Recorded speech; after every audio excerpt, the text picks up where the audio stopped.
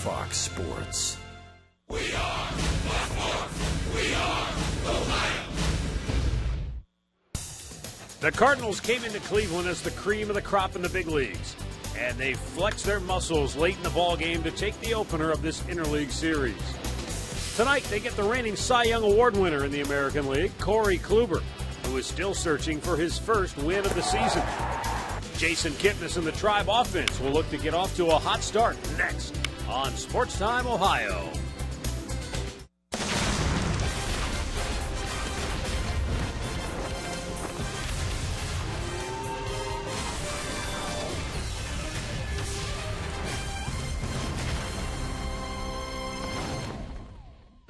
From Progressive Field in downtown Cleveland on another chilly night, the Indians host the St. Louis Cardinals. It's Game 2 of their 3-game interleague series.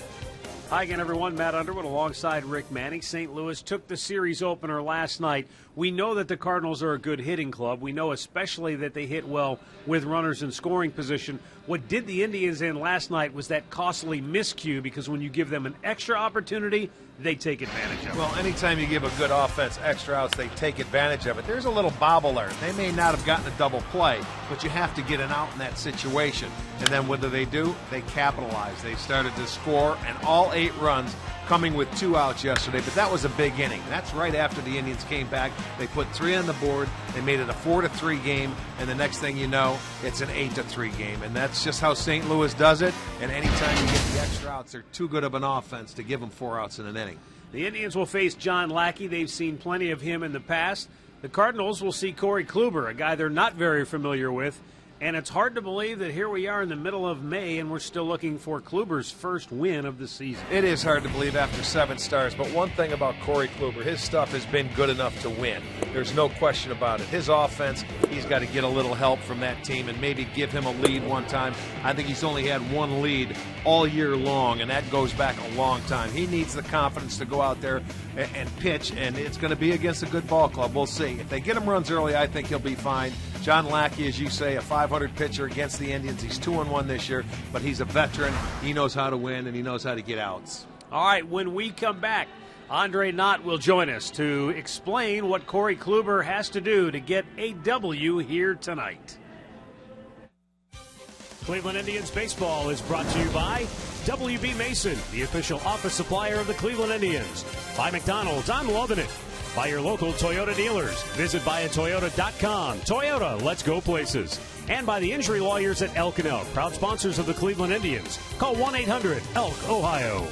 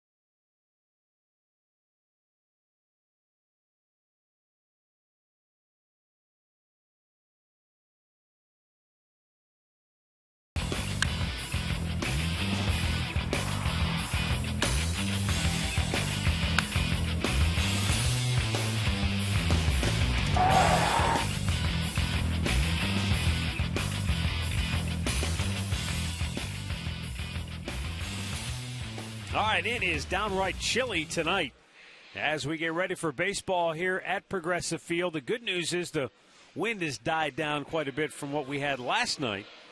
But it is definitely going to be on the chilly side as the Indians and Cardinals continue this 3-game series with Corey Kluber in search of win number 1. Although, as we bring in Andre Knott, Andre, I get the feeling with Corey Kluber, he couldn't care less if he personally got a win. He wants this team to start getting wins. You're absolutely right. And talking about his pitching, because I want to get to his mindset, but talking about pitching, he's getting close. And talking to different people, and Tito Francona said this, Chris Cincinnati said it, he goes, his command hasn't been as fine as it was a year ago, but he's close to being back to the guy that he was last year. If you go back to his last start, he hit up the first batter in the game trying to get that fastball inside. After that inning, that was the real Corey Kluber until late in the game. They said they think Corey made big strides last week. Corey feels like he's made big strides. They just got to get that fastball in and get it in early because we've talked about oppositions hitting him early on in the count. Now, the other thing is the mental mindset when you're 0-5 and you're in the middle of May. And Corey has said all the right things, but I will tell you, when we got home last week from the trip, he shaved off the beard, he shaved his head, and he told me, he goes, it's time for a new look and to get some W's under my belt. So he's not admitting this mental, guys, but he's going with a different look because he feels like it's time to get back to Corey Kluber of 2014. Sometimes you just have to change anything you can to start new, and it's no big deal. I personally don't think Kluber's been throwing that bad. The bite on that cutter and maybe the sharpness to that curveball is not what it was last year. But guys have made an adjustment. Now it's time Corey's got to make one and make some quality first pitch strikes. He'll be just fine. Offense, get him a couple runs. Well, and I think that is something that maybe has been not played up enough because what grabs headlines and what grabs people's attention is American League Cy Young Award winner without a win into the month of May.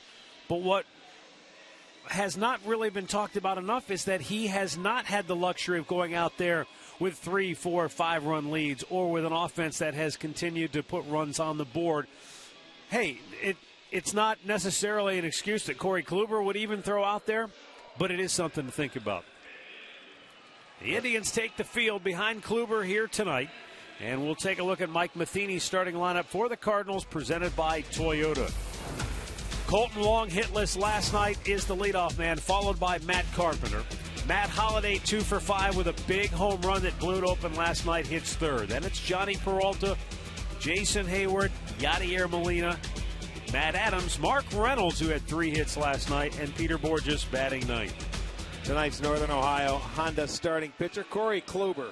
For the 8th time this year, he'll be towing the rubber, looking for win number 1. Couple of things to look for. Left-handers are hitting 341 off him, and he has the same amount of at-bats between left-handers and righties. Righties hitting 239, and they've been getting aggressive. Now, in the first or second pitch off Corey Kluber this year, batters are hitting 472. So they know he's going to try and get ahead. This will be the first time he's pitching against the St. Louis Cardinals, so I still think that he has the advantage. But when you look at Corey Kluber, look at his interleague play, 7-1, a 2.03. He's been very good. And the only start in the Central Division, he beat the Reds last year. Let's take a look at the defense behind Kluber tonight, which is brought to you by Chrysler. It looks like this. Brantley back in left field tonight because Michael Bourne is in center. Brandon Moss is over in right. Chisenhall at third. Ramirez at second. Kipnis is at second. Santana's at first. Perez is behind the plate. The Indians with 2 errors last night. You can't give the Cardinals any extra out. Play clean defense. Let Kluber go get it.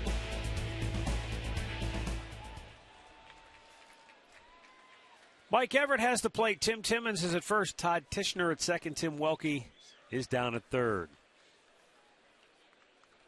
Mike Matheny, the Cardinals manager, in his 4th season at the helm, and his club 23-9, the best record in all of baseball. And we're underway as Kluber's pitch is high, ball 1. I gave you a stat last night about Carrasco and his first inning, which was up there. So is Kluber's. His first inning ERA is 10.29.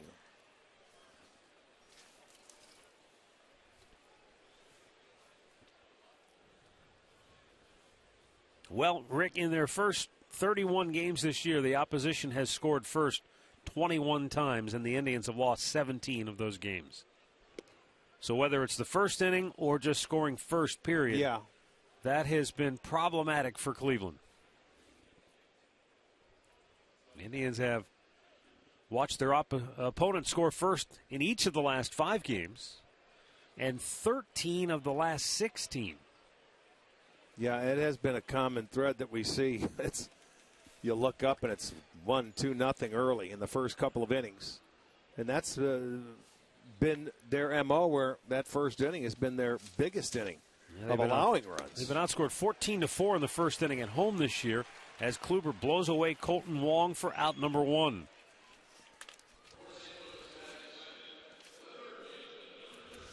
Our window systems game time temperature tonight is a very brisk 49 degrees. That's not bad. He says bundled up. As we don't have to hit.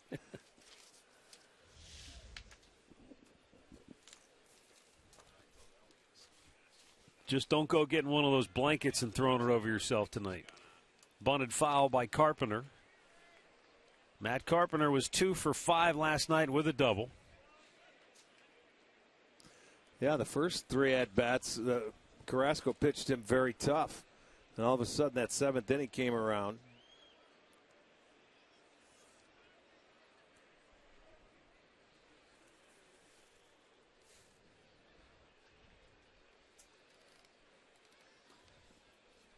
Now the 1 and the 0-1.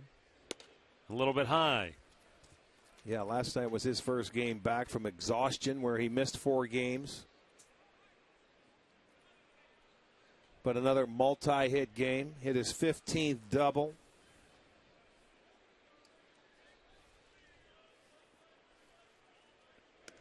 Way outside. 2-1 the count.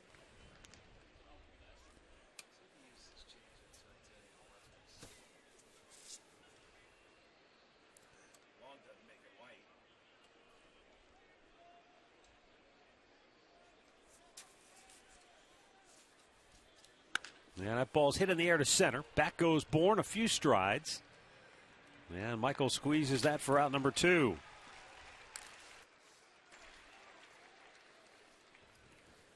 Here are the keys to the game, brought to you by Wayside Furniture. Keeping it pretty simple. Get Kluber a win, get Lackey early. John Lackey is one of those pitchers, a veteran, who, if you're going to get him, the best opportunity usually is early. If you let him settle into any kind of a rhythm, it could be a long night. Matt Holliday, 2 for 5 last night. He hit the big home run that helped the Cardinals pull away late and hold off the Indians. And Holliday drilled on the elbow by Kluber. Looked like a 2-seam fastball that was running up and in, and Holliday is in a lot of pain. You know, a lot of times those guys that are on the plate will wear some protection on the elbow, and it doesn't look like he has any right there. And I think that's where it got him. Kluber has been making a conscious effort of trying to go inside to some of the hitters. Well, and again, Rick, it's 49 degrees, so that's regardless, you get hit there by a pitch, it's going to hurt, but on a night like this, you're going to feel it even more so. And now Holliday, we'll see if he's able to stay in the game as he tries to walk with the Cardinals trainer to get some feeling going. Looks like he will stay in the game, as Mike Matheny carefully observing. Well, let's look at it. It's inside, right on the elbow. Sounded like it hit a bat, didn't it? And I know Holliday's a big, strong, tough guy, but he didn't exactly get out of the way in a hurry, did he? Well, maybe he just thought it was coming inside. That ball, you know, he has that ball that comes in. It runs inside to the right-handed hitters. Little two-seamer. So they take an extended look at Holliday as Kluber is forced to sit and stand and wait on the mound. No, I'm sure they'll keep an eye on it if he stays in there.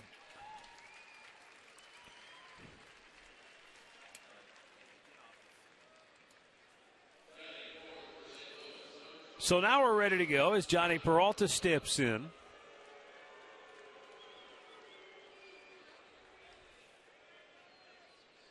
There are 2 outs here in the inning.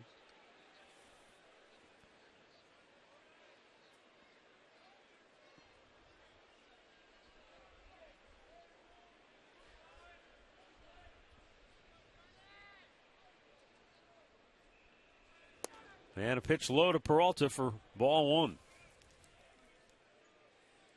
Johnny, in his return to Cleveland, was 2 for 5 with a double last night.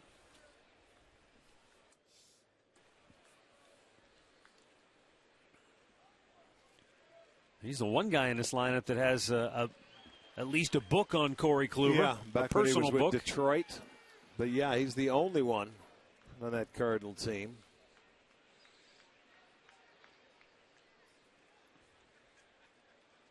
Holiday still appears to be wincing a little bit in pain from that shot he took on the left elbow. Good pitch. And Corey ahead, 1 ball and 2 strikes.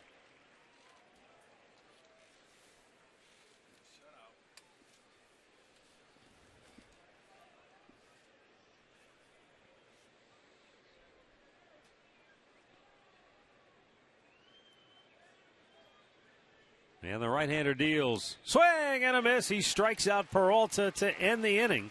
A couple of Ks for Kluber. And now the Indians are coming to bed.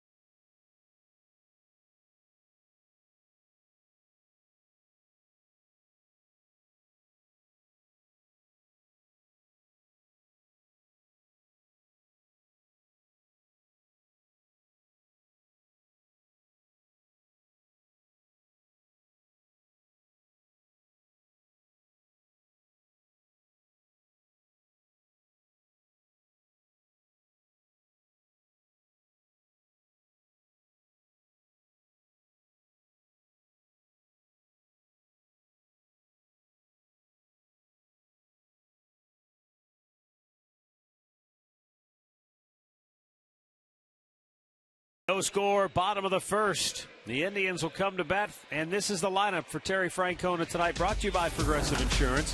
Jason Kipnis, 3 hits last night, leads it off Carlos Santana in the 2-hole. Then it's Michael Brantley with hits in 11 straight. Brandon Moss batting cleanup.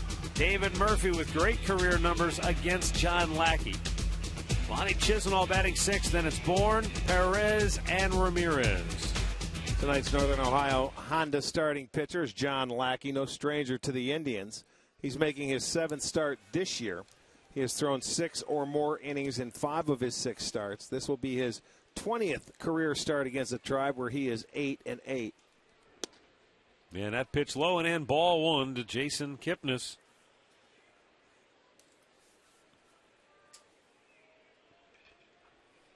John Lackey, a guy that really likes to establish his fastball. Stat of the game is brought to you by Buick. Jason Kipnis in 15 games at the top spot on the order, batting .381.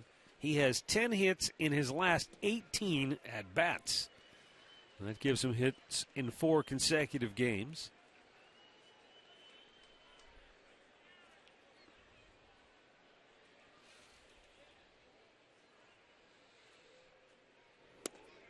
And he draws a 4-pitch walk to start the ball game.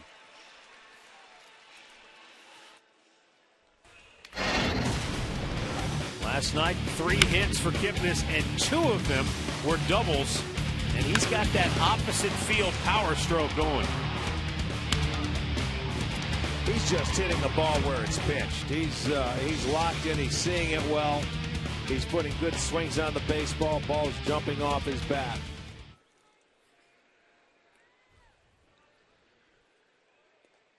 Carlos Santana. Last night, Santana had a strange game. He was 2 for 5, 2 solid singles, but in his other 3 at-bats, he struck out every time.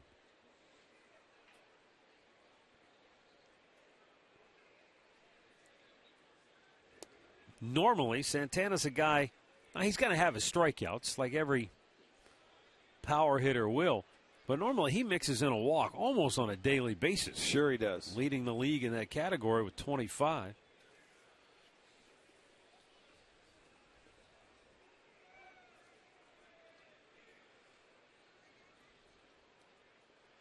Lackey here early on trying to get the feel and find the strike zone. It's 1-1 for Santana after the 4-pitch walk to start the game with Kipnis.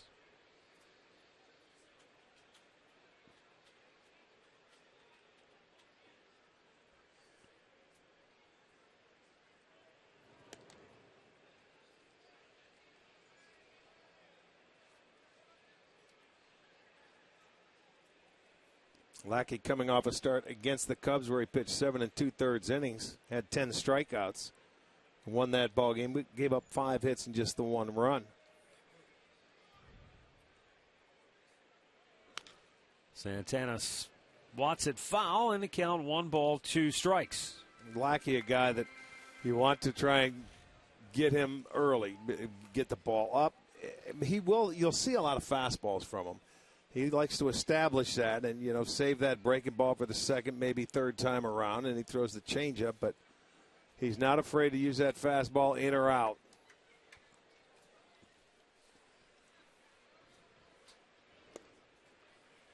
That looked like the changeup maybe there, 2-2.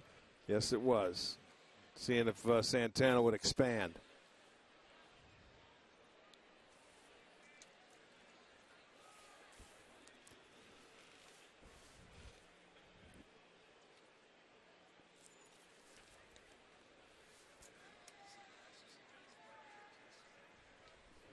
In the dirt, Santana, good job to lay off.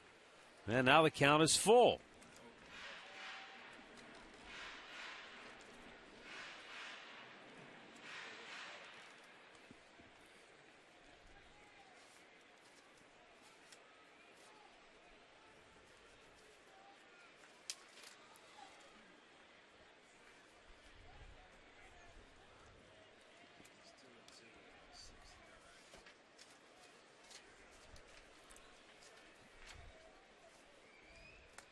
Now the set and the payoff pitch. Kipnis holding. It's ball 4, and Lackey's walked the first 2.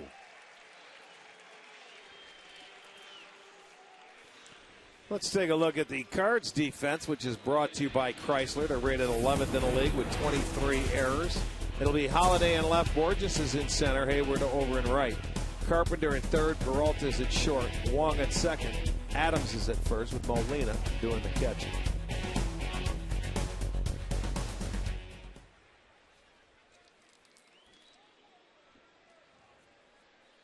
It's almost like, which one do you want? Pick it. That's all I got in my bag. I don't know if they're slick or what. But he doesn't like the feel to him. And Mike Everett talking with Yadier Molina.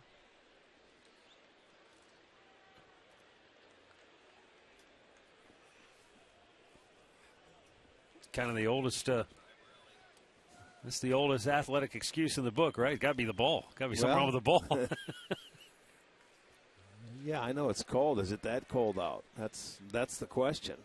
Now here's Michael Brantley now, riding an 11-game hitting streak, takes a strike.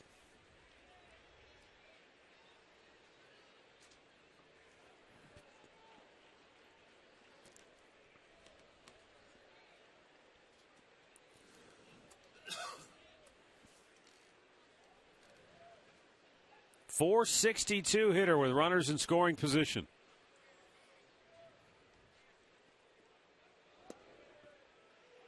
And Brantley now not in agreement with Mike Everett. Well, take a look at it. Nissan pitch tracker. They go back inside. Now that ball comes back a little bit, but if he's going to call that pitch, that'll be good for Kluber too, because he's got that pitch to left-handers in there as well with 2 strikes. So Brownlee will look down. He'll file that and say, okay, now I got to be conscious of that pitch, which may help open the outside part of the plate for Lackey. Went right back in there and strikes him out. Sure did. That was a good pitch. That one had a nice comeback to it. It had the plate. The one before might have been in, but that pitch right there is a nice pitch by Lackey. He gets the first out, and it's Michael Brantley looking, and that's a rarity. Last night, Michael struck out with the bases loaded and 1 out, which is a rarity because he swung through a pitch for the 8th time. Brandon Moss takes a strike. It's also one of those pitches where if Brantley somehow manages a hit there, you might say, oh, why would you go back in there? You just went there 2 times in a row. The hitter's going to be looking in there. Instead, I think that's the last place Brantley expected him to go with that pitch. Moss socks one to deep right. It's over the head of Hayward. Hits the base of the wall.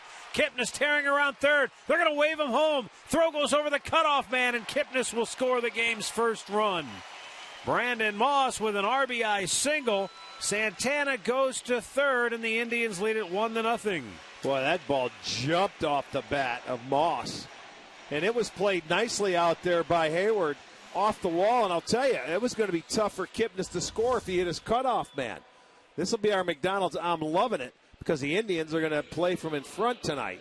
Look at this. He played it just beautifully. But watch the throw over the cutoff man's head. So the trailer had to go get the ball, and actually it was the first baseman. It was the third guy, and that's why Kipnis was able to score. And Santana went to third, so the Indians are on the board. They have runners at the corners and just 1 out. Now David Murphy in the DH spot tonight.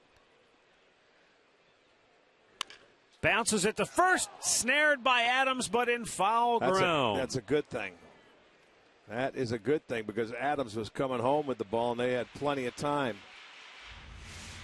It was a one-hopper, head high, and it's in foul territory. There's a good look at it. He's reaching into foul territory, and it's a good thing.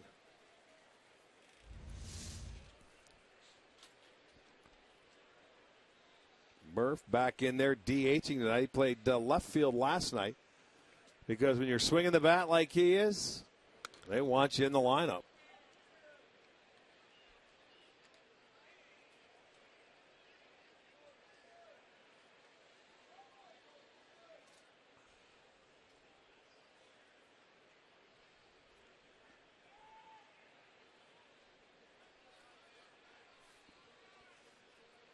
Santana, the runner at third. Moss at first.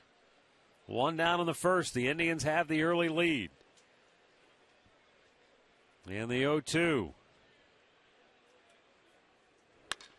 Murphy, a line drive base hit into right field, and Santana will score.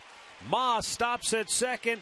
It's 2-0 Cleveland as the Indians have taken advantage of both of the walks, and they've taken the lead on back-to-back RBI singles. Well, Murph gets a slider right here, and it stayed middle of the plate, and he knew exactly what to do with it. He pulled it in the hole.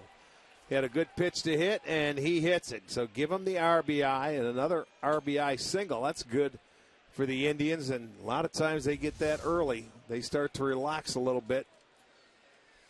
Well, and that's the thing we've seen with John Lackey throughout his career. If you're going to get him, usually it's early in the ballgame in that first inning before he has a chance to find his rhythm and settle in, and they've jumped him for 2 quick ones. And now we'll see if they can have a really big inning. Right, and it was his fault because he walked the first 2 guys, and it looked like he was having trouble with the feel of the baseball, or it didn't feel good to him anyway. No, he's still looking at each and every baseball that he gets from Mike Everett. Well, as a matter of fact, with Murphy hitting right there, he had him down on the count 0-2. Didn't make a very good pitch. He's got Chisenhall. 0-2.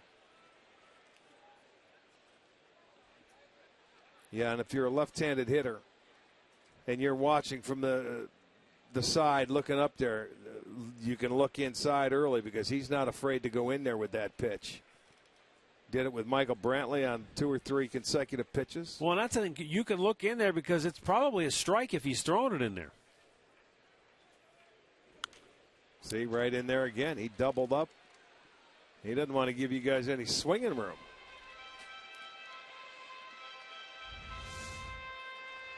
You see, and then when he gets you looking in there, that one was up above the belt.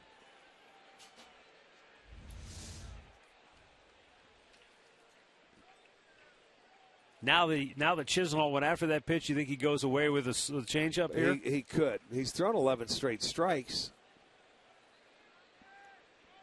And he's been inside to the left-hander, so we'll see. He's got something to waste. Fastball away.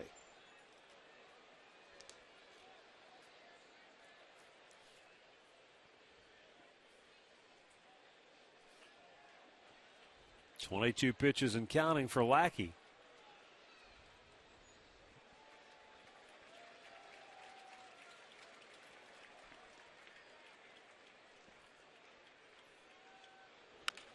Hits it on the ground to the third baseman Carpenter. To second for one. Wong's relay not in time. Good hustle by Lonnie to keep the inning alive. Indians at first and third with 2 down.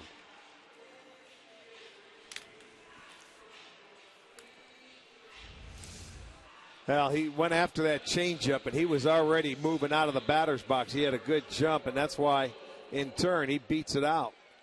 Lunges at first base, and he gets the foot down before they can turn the double play, keep the inning going. Michael Bourne will step in with first and third and 2 down in the first. And the Indians on top 2-0. Bourne sat out last night. He's hit in 3 straight games. 5 for his last 10 offensively as he takes a strike.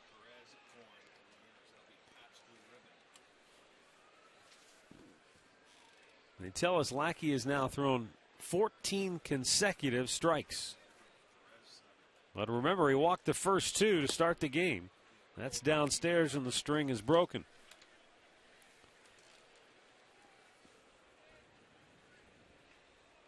Yeah, still you start counting them. Yeah. You know. Kiss of death, isn't it? Yes, it is.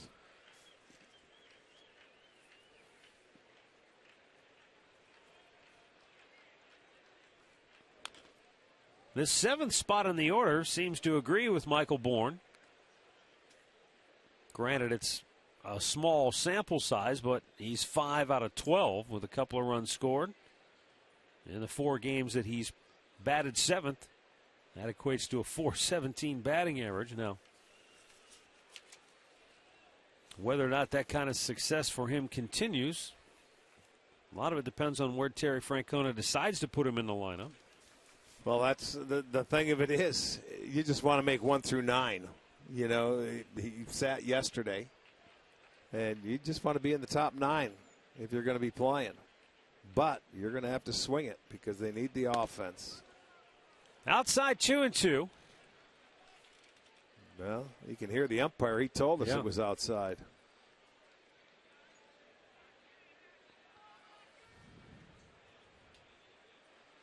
And a long first inning continues for John Lackey. Bourne trying to make it go a little bit longer. Sends one to center field. Borges will race back and make the catch. In the end, inning is over. But Brandon Moss and David Murphy with back-to-back RBI singles. Indians lead it 2-0.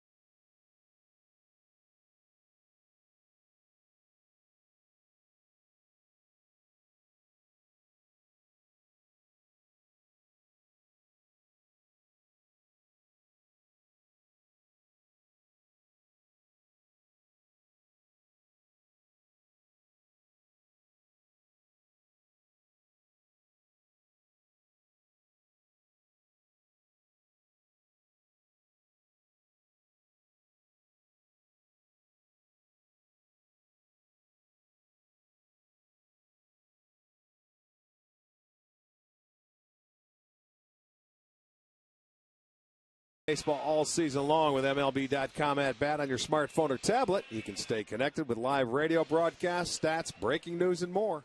Download MLB.com at bat, the #1 app for live baseball. We assume Mike Matheny was out talking with home plate umpire Mike Everett. He was involved in a lengthy conversation while we were away at break, and I don't think he was talking about the strike zone. I think he was talking about Lackey's unhappiness maybe with the baseballs. I don't know what else. This isn't the NFL. You don't bring your own bag to the ballpark. You get them. They're all rubbed up and ready to go from the umpire's room. Same for both teams. I mean, Right. they all go in the same batch. It's not Right. like they're separate. Yeah, it's not like one says Cardinals and one says Indians. That's right. Jason Hayward takes it's up high. 2 balls and a strike. You can see both the starters trying to get the moisture on their hands after every pitch. We were going to count Kluber. I know it. I tried to tell Murph, and he blew me off. The 2-1. That's hit foul out of play. I thought about it because we were talking about it the other day. Who was doing that? And we had a number of times he went to his mouth. We were talking about it. It was Kansas Minnesota? City. Minnesota? Was it Kansas City or Minnesota? Well, It was Minnesota. It was We'll think was it about Phil it. Hughes? Might have been. Popped out of play.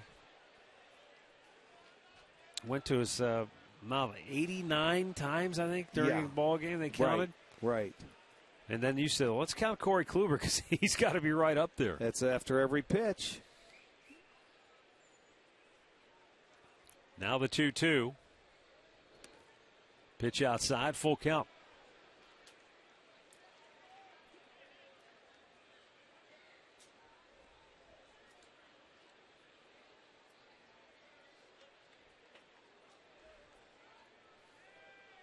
Now the payoff. And Hayward got a piece of that to stay alive.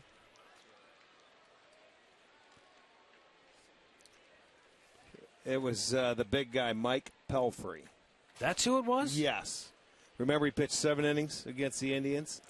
And he was out It was there. Pelfrey, Yeah, okay. the big right-hander. But we noticed he wasn't doing it. It was like something maybe he's conquered. Swing and a miss. Hayward strikes out. Kluber just kept climbing the ladder. And Hayward finally gave in and chased. 3rd strikeout for Corey.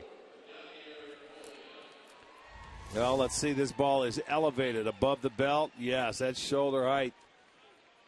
He doesn't want that one, but he helped him out. He swung through it. It's 3 strikeouts for Kluber, and that's what Corey needs right now is a shutdown inning. Now Yadier Molina. Cutter? I think it was, yeah. I mean, it was a really good look we had.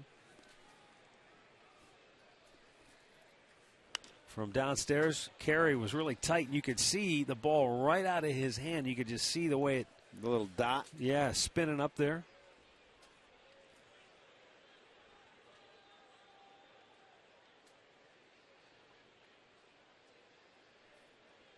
The 0-1. Got in on him, popped him up. And Bourne in center field has it. 2 down.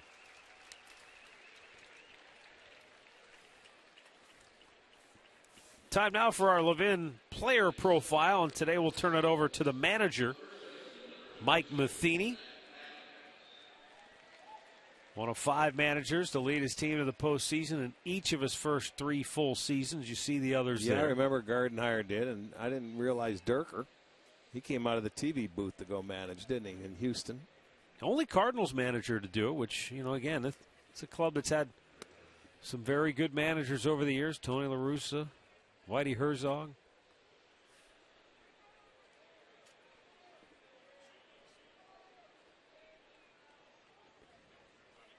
You know, but you look at him, you look at Brad Osmus, and some of the guys that took over never managing before. They inherited a pretty good team, and a lot of times when you get your first manager's opportunity, That's not the case. you're not getting a team that's pretty stacked and set up. Yeah. You know, you're starting from scratch with a young team and having to build and the patience. Let's look like Cashy down in Tampa. Yeah. Well, I mean, it goes both ways. As the 2-1 pitch comes to Adams and he sends it to left field. As a general manager, you're putting a lot of stock in a guy when you give him a really good team, right, when he's never managed before. So the faith has been rewarded, certainly in St. Louis. A 1-2-3 inning by Corey Kluber. He looked sharp at the outset. 2-0 Tribe.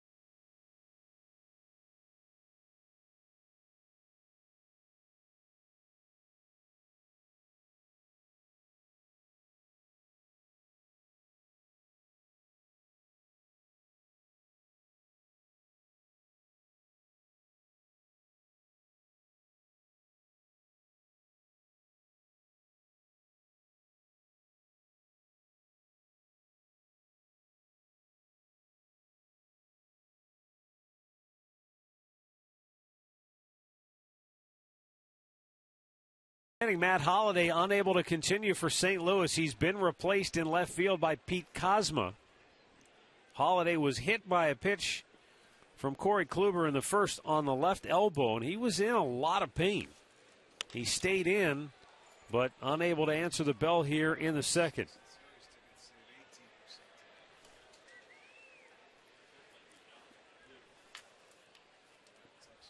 Mike Bacta tells me it's only the second appearance in the career of Pete Kozma in left field. The other one was 2 years ago. He's kind of like that super utility guy. Can play, obviously, the infield, middle infield positions. And if you're Mike Matheny, you're not afraid to throw him out there in left when he hasn't really played there in 2 years, then that tells you about his ability and what they think of him overall. Well, that's the way it is now. If you're not an everyday player and you're going to be an extra man, you're pretty much better play 2 or 3 different positions because you're so much more valuable to your team.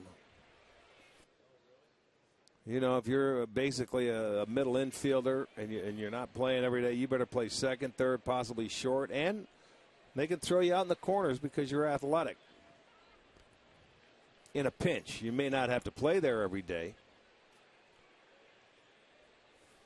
And Roberto Perez awaiting the 1-2. Smashes it deep down the right field line, but it's going to slice foul. Hit it hard. Well, he got it. It hit his hands hard, too, but he's tough. Look at it. He's got no jacket, short sleeve shirt. Doesn't matter. He's Cleveland tough.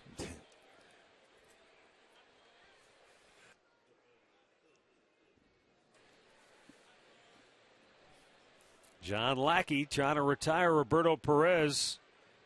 The 1-2 pitch fouled out of play. Perez putting up a good battle here. Well, one thing they're doing, too, we're just starting the second inning here, and Lackey at 34 pitches. It all started when he walked the first 2 guys in the bottom half of the first inning. Strange inning for him, too. He walked the first 2. The first one, Kipnis on 4 pitches. Strikes out Brantley, who's easily the best hitter on the team, one of the best hitters in the game, made 3 nasty quality pitches, pinpoint control to strike him out, and then gives up back-to-back RBI singles to Moss and Murphy, all while throwing 17 consecutive strikes. Yeah, right. It was just a strange first for Lackey, and the Indians took advantage. Roberto Perez, though, is thinking right now he can't buy a break. Hit some balls, and he hit one ball really hard in that at bat, fouled it off. And he's now 0 for his last 18. Well, you go back to that first inning, and a two-seam fastball runs up and catches Holiday on the elbow, and that's why he was removed from the game. He was in pain. It took him a while.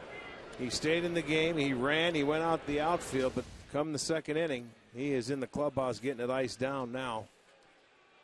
Now here's Jose Ramirez as he takes low and inside for ball one.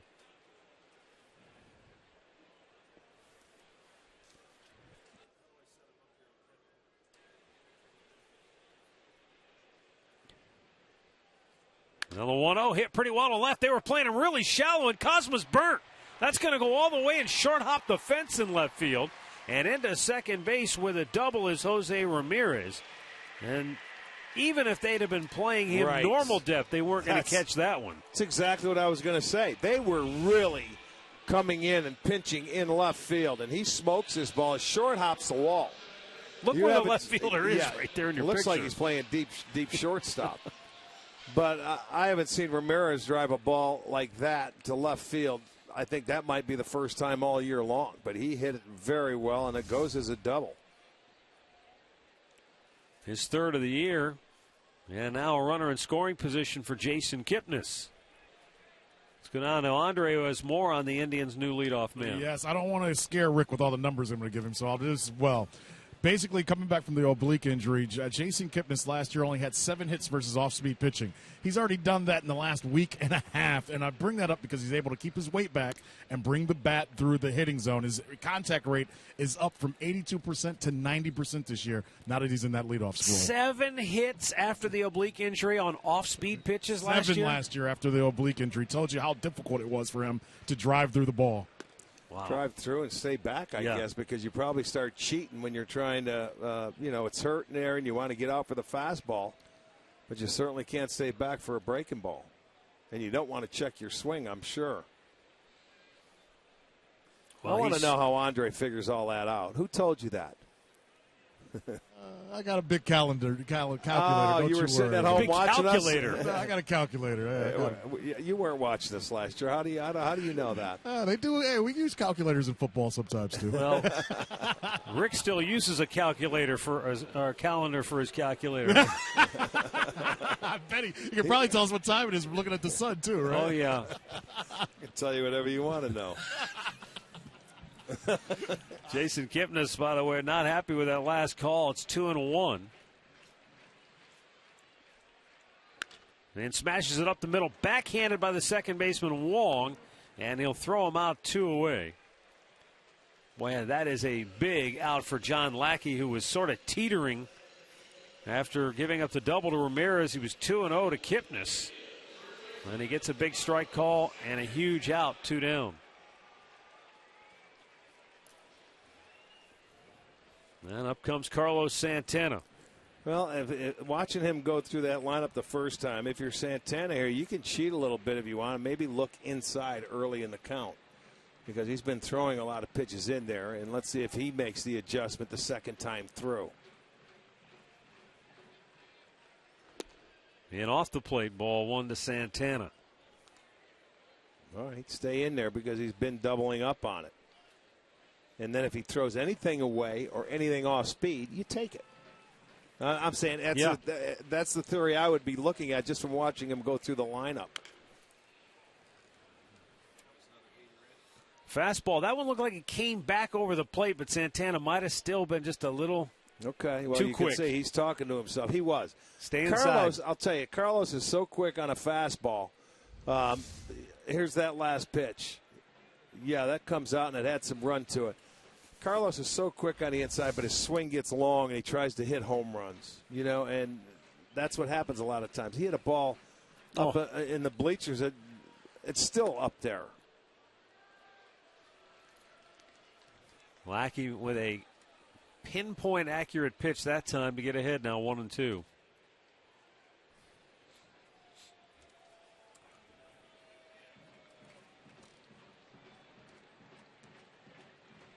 Going back out there again. That's off the plate. And again, Lackey might have thought that's a strike because he's hitting the target, but we noticed this last night with Molina. He intentionally sets up off the plate. So even if you nail his glove, it's not a strike, or at least it shouldn't be. Well, and maybe he's so good back there that umpires give it to him if they hit his target because of who he is back there. Change up downstairs. He did not go in a full count. Now he drops that curveball in there, and Santana thought about it and checks it. Last night it was like everything that was it last night that they checked was called? Yeah, sure was.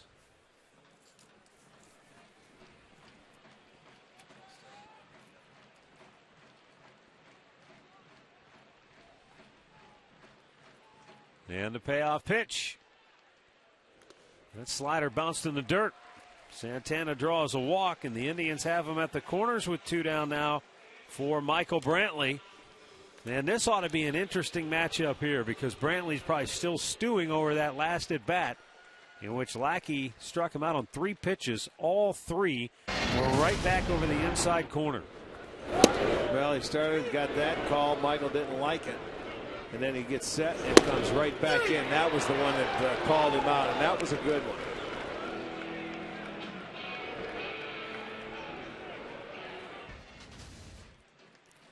He doesn't say much. No. Believe me, he filed it back in that memory bank. There's a case where Molina, again, is set up away, and he missed his target and threw it right down the middle of the plate.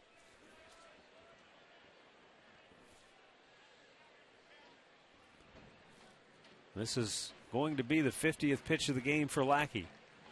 Breaking ball or change up? Yep, change. 1-1 to count. He's Well, almost 50%, I think. Yep. Well, he's actually thrown. I didn't think he'd thrown that many strikes. See if Michael can come up with a big 2-out base hit, a little add-on here from back-to-back innings.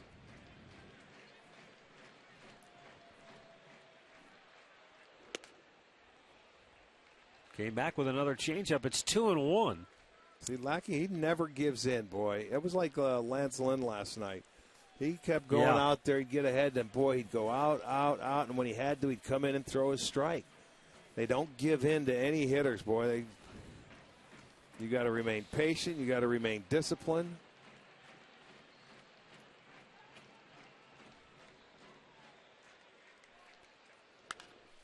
Popped him up. Got in on him. And makes the big pitch when he needed to get Brantley. And the inning is over. Tribe strands a pair. They lead it 2-0.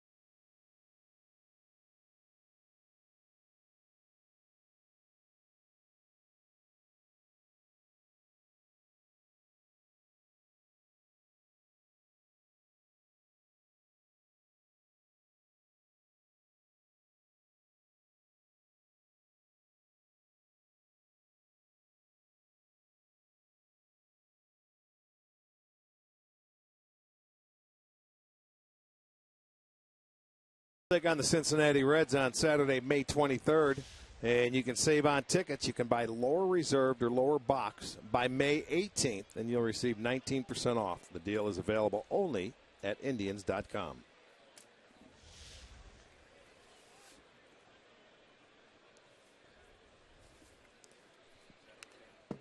Swinging a foul back by Mark Reynolds, the Cardinals DH, who had 3 hits last night, drove in a couple of runs.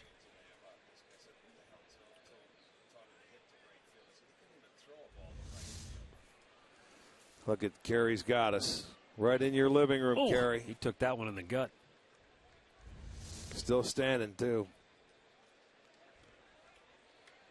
He gets a few of those throughout the course of the year. Now the 1-1. And that's out of play to the right.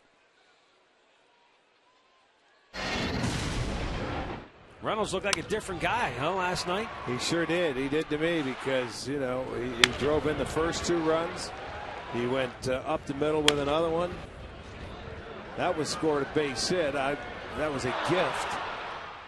But he had 3 knocks. There you go. He swings and misses here. Strikes out. That's 4 Ks for Kluber, who is now retired 5 in a row. That's the slider. It's still upstairs, but it backs up a little bit. And you can see it sort of tricked Reynolds right there. Usually you look for that slider to go down and away from you. That one sort of stayed on the same plane and came inside. But when you watch the Cardinals hit last night, it seemed like any time they had guys in scoring position, they stayed in the middle part of that field. Yeah. With their approach. It was it was all hitters, and all 8 runs scored with 2 outs. A brutally basic offensive approach. Yeah, well, they're very successful. And I'll tell you, I've seen that approach from a number of teams we played this year. I thought it was interesting when you and I had a chance to visit before the game with former Cardinal Al Hrabosky, now a longtime broadcaster for St. Louis. He said even when Mark McGwire was the hitting coach, he preached middle of the field.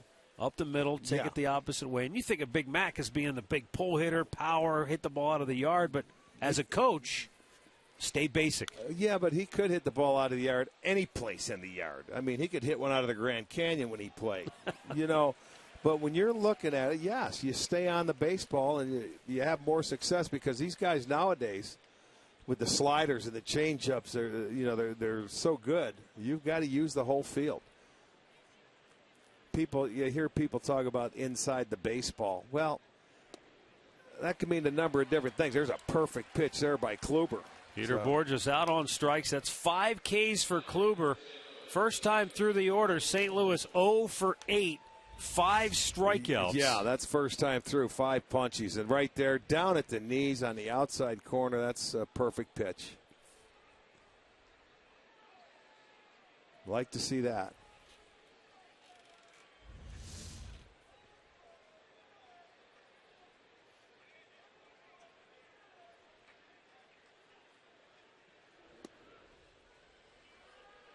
And now he's starting to get a feel for that slider. Mm-hmm. You know what I mean? Locating the fastball, and you do that, and good things happen. Then he gets a feel for that breaking ball. Look at that, back to back. And it's got pretty good bite to it tonight, I must say.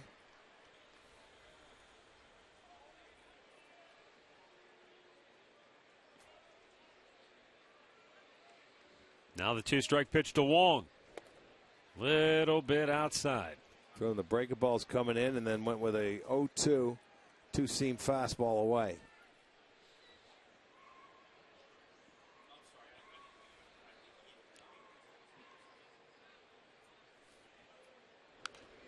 Popped him up. Back out of play.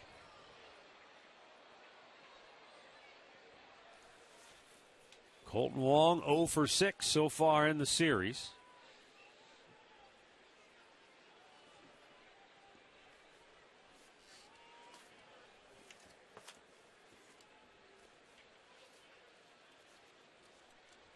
And Kluber's 1-2.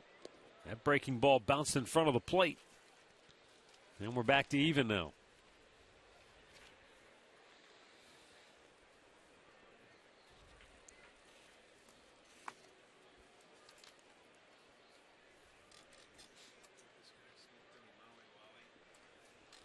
The 2-2. Strike 3 called. Breaking ball over the outside corner, and Kluber strikes out the side as Wong is not convinced.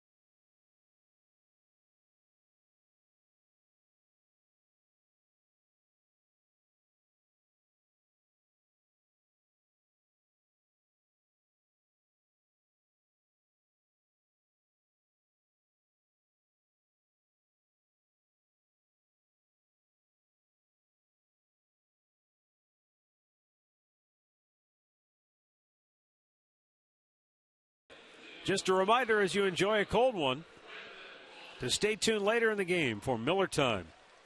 Brought to you by Miller Lite.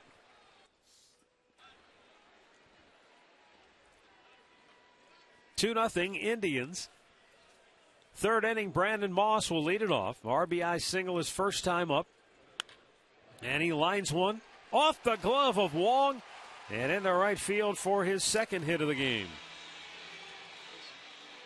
Rick, I'm not sure even if Wong comes up with that, that's got to be a tricky stop, pivot, and throw from that far out in the outfield. Yeah, it's a high hopper. Our Yellowwood bringing the lumber back in the first inning. Back-to-back RBI hits by Moss and then David Murphy. Gives the Indians a 2-0 lead, and that's where we are here in the third. Murphy pops it out of play. Murphy with good numbers against Lackey in his career.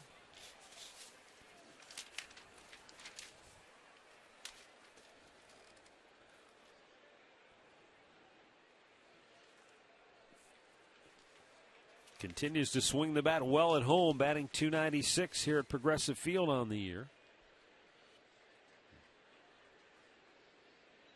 Close to hitting .500 against Lackey in his career. What is he, 12 out of 26? Feels pretty comfortable, doesn't he? Not too shabby.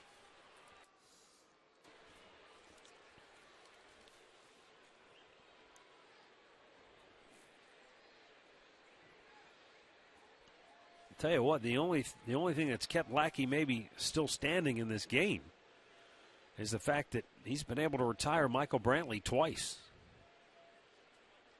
Otherwise, he might already be in the showers. He struck out Brantley with 2 on in the first, nobody out. That was a huge out for him. And then he got him to pop up to end the second with 2 on base. And Brantley cashes in those 2 at bats. They might have chased him.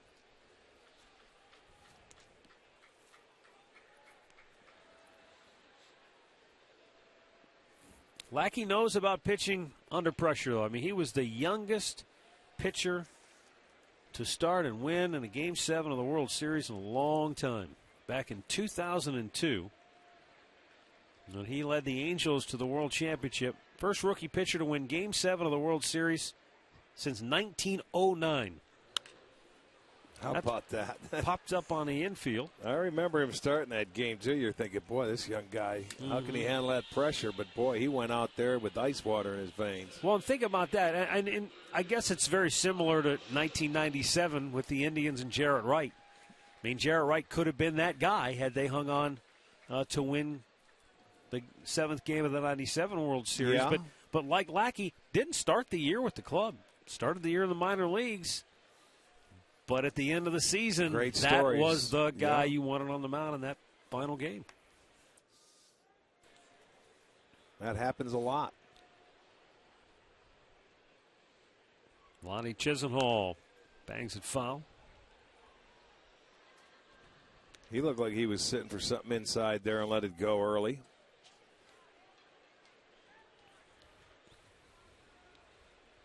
Lackey's got 2 fastballs going right now. He's got that little 2-seamer that he can throw at the left-hander's front hip, and it comes back, and he's dotting the 4-seamer away on the outside corner. Occasional changeup, and he's mixing that curveball in when necessary. But there haven't been a lot of them yet. He's still attacking you most of the time with the fastball.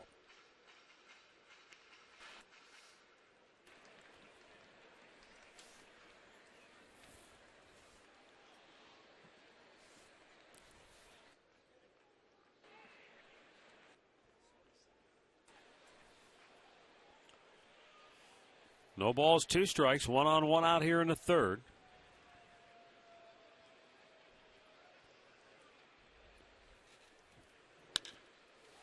And a high fly ball to left center.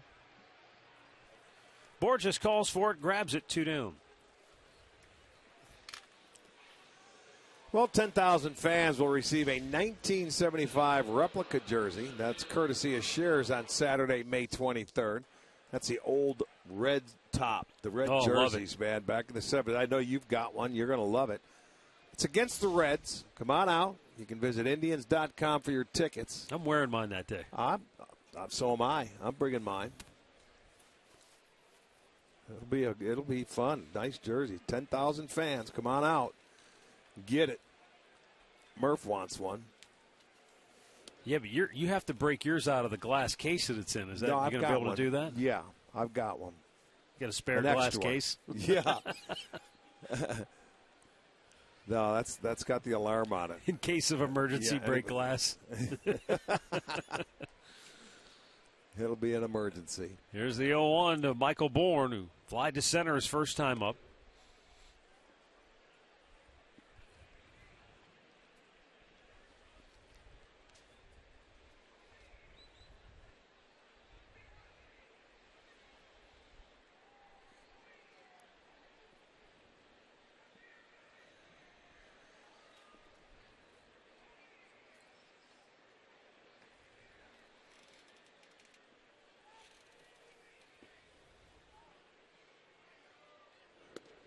Upstairs and away, 2-1.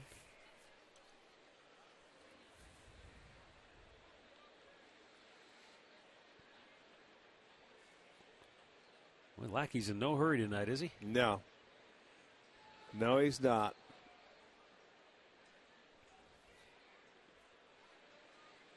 Derek Lilliquist, the former Indian, pitching coach here with the Cardinals.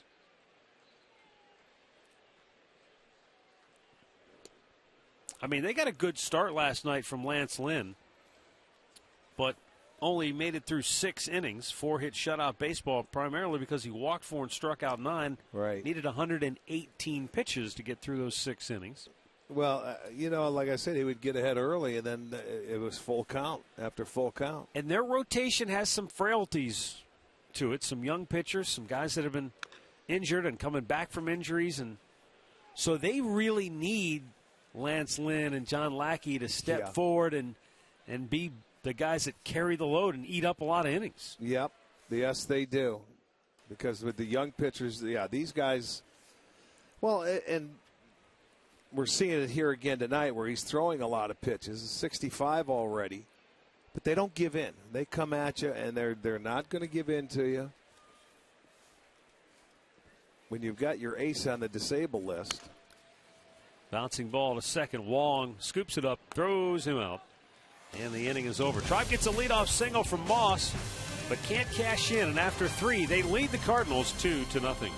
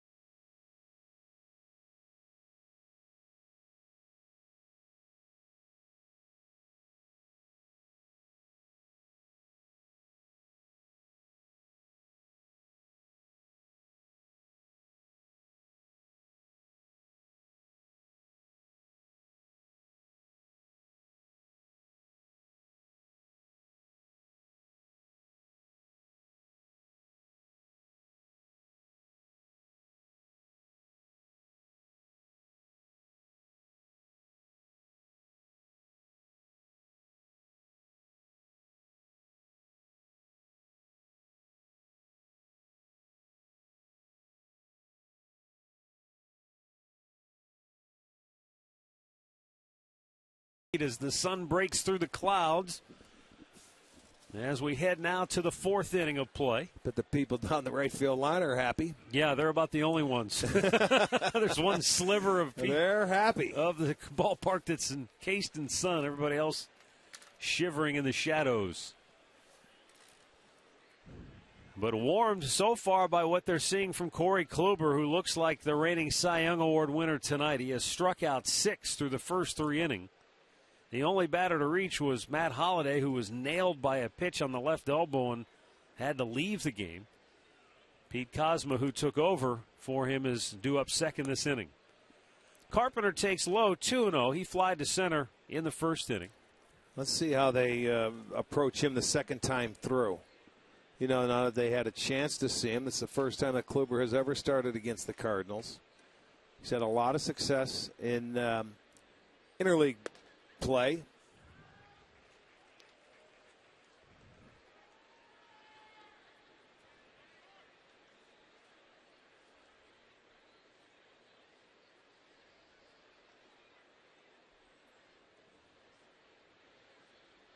Now the 2-1. Yes, he did. They appeal. Yes, he did go, says the third base umpire, Tim Welke. He sure did. You get a look at it from the side, and you'll see it here much better. But he was definitely way out in front. I'll tell you what, it's tougher to see when you get the dark bat, like the dark-barreled bat as compared to a lighter one for whatever reason. Sometimes it doesn't look like it goes as far. Struck him out. 7 for Kluber. 4 Cardinals in a row have gone down via the strikeout. Time now for our AT&T U-verse rewind. Let's look at all 7. Well, why not? That one's out of the zone, and you look at the swings, and a lot of times this is where Kluber had a lot of his strikeouts last year. That's a perfect pitch. But when he gets ahead, he either makes a perfect pitch or he's getting hitters to chase balls out of the zone. So already we're in the top of the 4th. He has 7 strikeouts. And it's only the 4th time this year that Kluber has pitched in a game with a lead at any point. That's hard to believe, isn't it? He had a lead in Detroit briefly. He had a lead in Toronto and a lead in Minnesota, but those were all short-lived.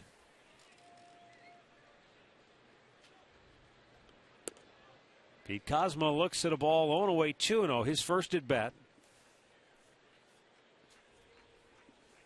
Kozma 4 for 25 on the year.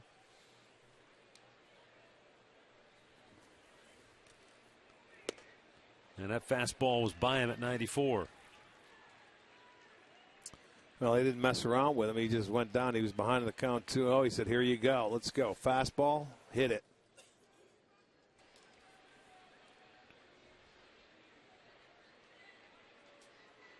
The 2-1. Swung out and missed again. He just challenged him, reared back. That fastball was up around the letters. No chance to catch up to it. Well, throw it again.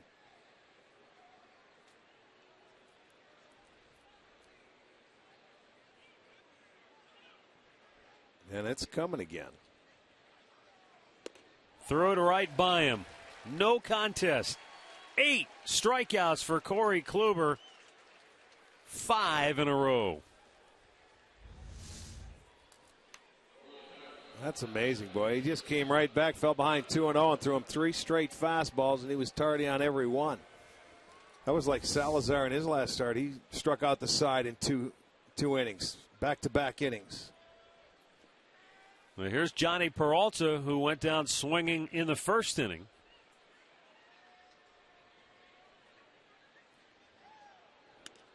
Low and away, ball 1.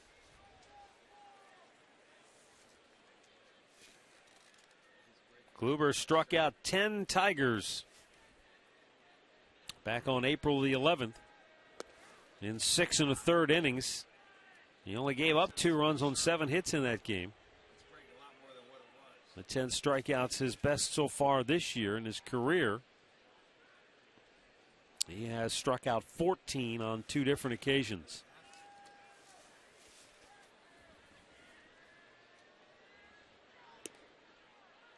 He's outside with that pitch. It's 3-0.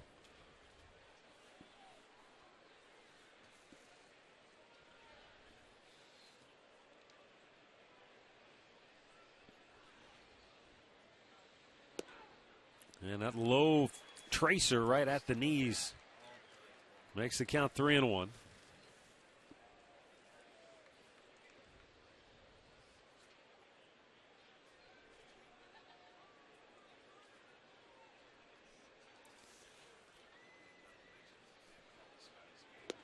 Same pitch, same result, full count.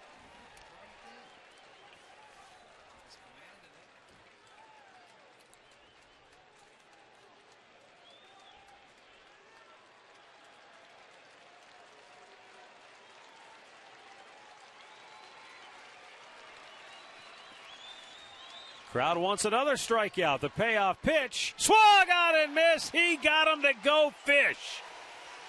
Corey Kluber slicing and dicing. 9 strikeouts, 6 in a row.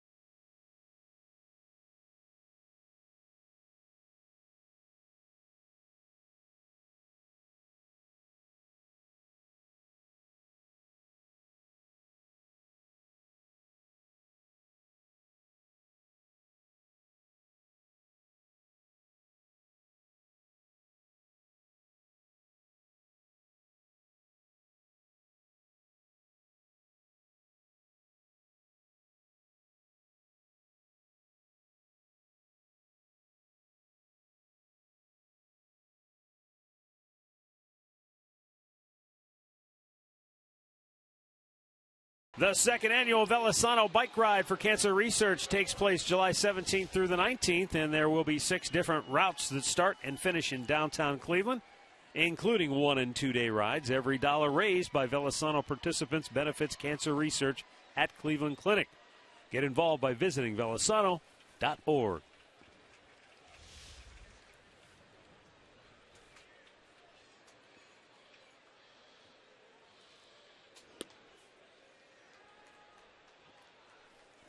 Roberto Perez taking a strike. He grounded out his first time up.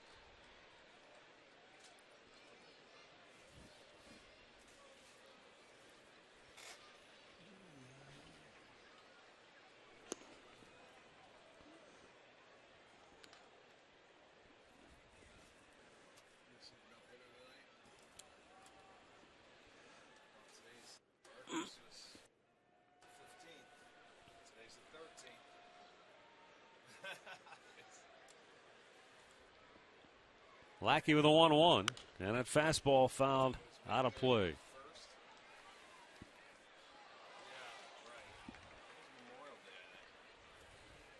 Indians got 2 in the first, threatened in the second, leadoff single in the third, but Lackey has been able to hold them at bay since the 2 allowed in the first inning.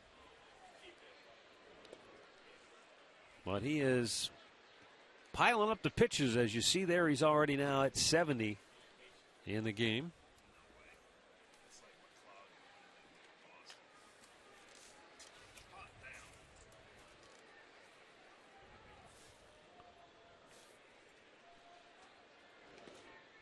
And that breaking ball in the dirt, so the count's gone to 3-2 on Perez. Again, he worked him hard the first at bat. Although he hit the ground ball to first base, but he made him work hard, made him throw a lot of pitches.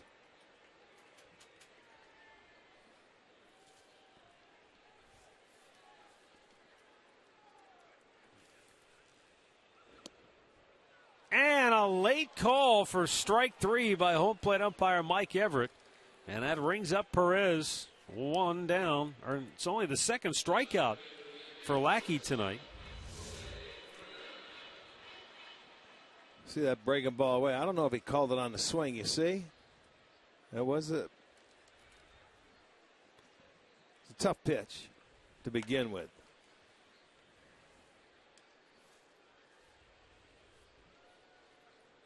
Jose Ramirez doubled over the left fielder Peter Cosma's head in the second inning. Cosma not playing as shallow this time as he was the last. There's a pop-up. And Cosma with an easy play, 2 down. That's where they thought he was going to hit it the first time. Let's go down once again to Andre Knott for the latest on catcher Yan Gomes. This is as good as the news can get, guys, until we say that he's going to be playing for the Indians on Friday. If everything goes as planned, he'll go down to East Lake, play a couple innings as a DH, let him play throughout the weekend, and maybe, just maybe, next week we will see Yan Gomes in an Indians uniform. That's good really to see him good in the news. crouch, coming out, firing. That is really good news. I'll tell you what, this guy, that's a lot quicker than I thought it would be. Oh, and Kipnis drilled in the middle of the back. And here comes Mike Everett. He's issuing a warning to both sides. And Terry Francona is going to come out anyway. No, Mike he Everett wants to go says see his player. He's been thrown out of the ball game. Terry Francona ejected by Mike Everett.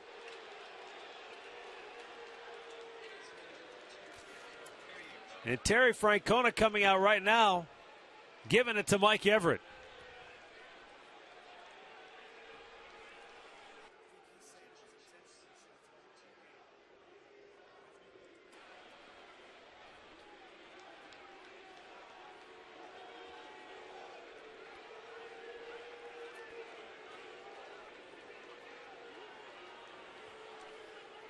I think Terry Francona is basically telling Mike Everett, if you thought it was intentional, why didn't you throw him out of the game? Yeah, he's right. He is really giving it to him now. And now he's giving it to Tim Welke, the crew chief.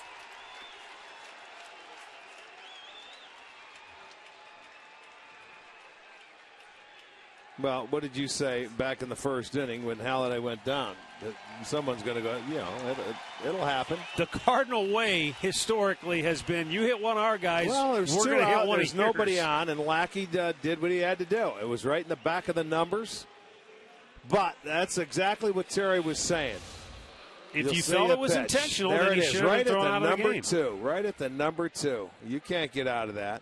Now, and that's what he's saying. If you felt that was intentional, then you throw out Lackey. Don't throw me out.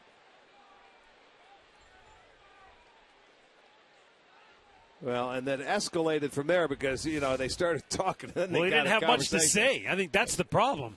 I mean, Terry Francona went out there and stated his case, and Mike Everett didn't have much to rebuke him with, and that was fairly evident. Now Santana watches one go to the backstop, and Kipnis goes down to second base on the wild pitch.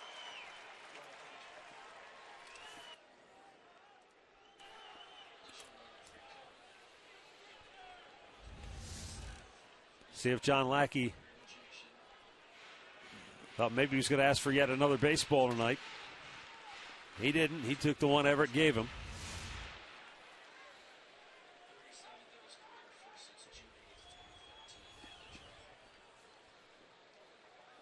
Carlos Santana has walked twice tonight. Came around to score in the first. Well, the one way to get it back is with 2 outs. Now you got a chance to single and get that run in. And that'll hurt Lackey even more.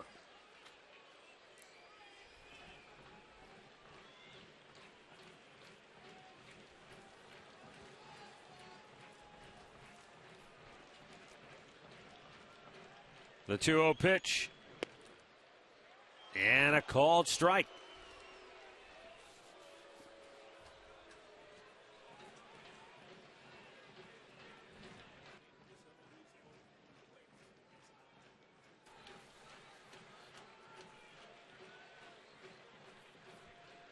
Now the 2-1. Same pitch, same result. Can't throw your arms up. He's calling that pitch. He's been calling it all night.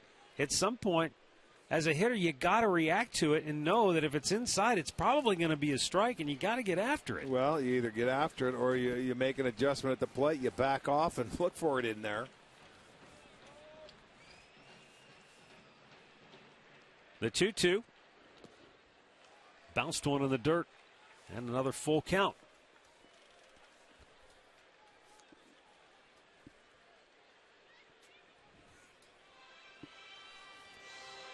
Yadier Molina out to talk with Lackey here before this 3-2 pitch to Santana. You got Michael Brantley due up next.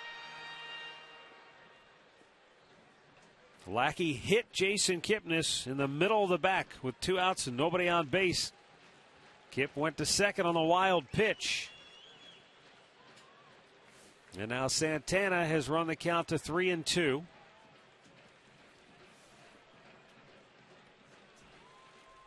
And the payoff in the dirt, ball 4.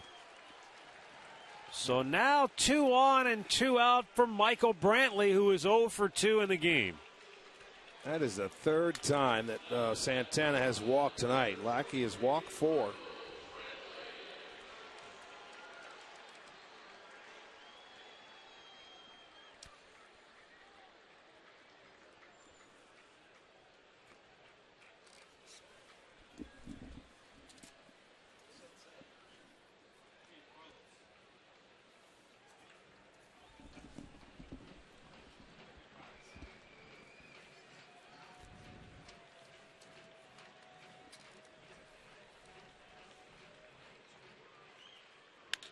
Ground ball towards second baseman Colton Wong, and he'll flip it to first to end the inning.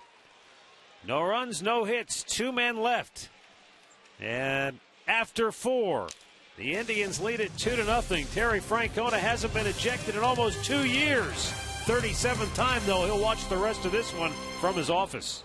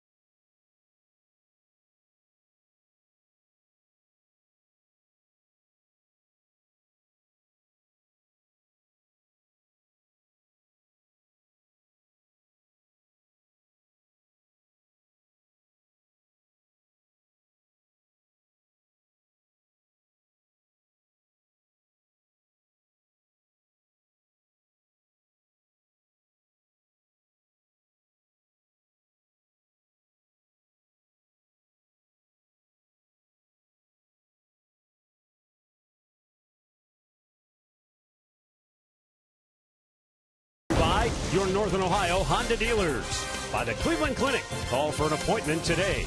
And by the game-changing all-new Ford F-150. The future is tough.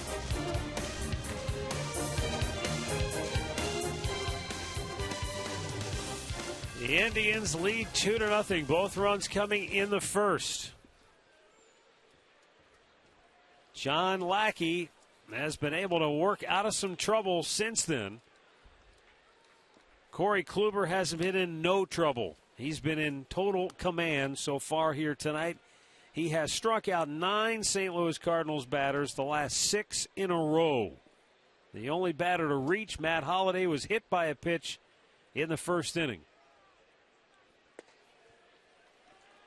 He's had very good fastball command tonight. That's one thing that he hasn't had in about 3 starts prior to this. But, boy, he is throwing it down. He's keeping it low on the outside corner. That's ripped to right. Foul.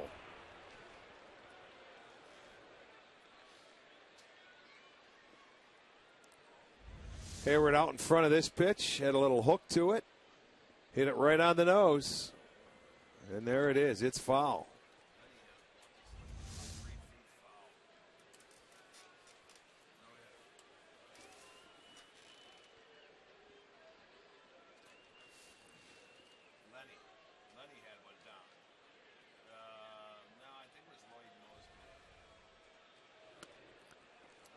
Up high, 2 balls, 2 strikes.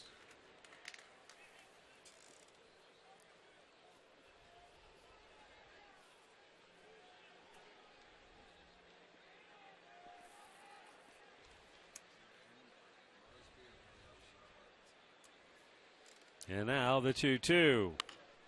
Hit to center. Bourne broke back and then slammed on the brakes. And he'll have a routine catch, 1 away.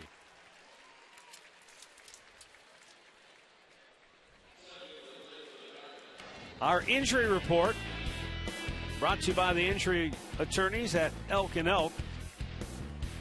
Jan Gomes, you just heard Andre Knott give you the update there. Meanwhile, Mike Aviles, who has been on the emergency medical leave list, the family emergency medical leave list, his daughter Adriana, who is just 4 years old, is being treated for leukemia at the Cleveland Clinic. The Indians let that be known earlier today. Aviles was here at the ballpark. We saw him, and he visited with his manager, Terry Francona, and some of his teammates. He might rejoin the team this weekend, but Terry Francona said, hey, whatever Mike needs in terms of family time, we're with him. This is certainly a very, very difficult situation that he's going through right now. Well, you're right, it is, and our thoughts and prayers are with him. No doubt about it. As he goes through this. Swing and a miss. Yadier Molina will take a seat, and that's 10 strikeouts for Corey Kluber.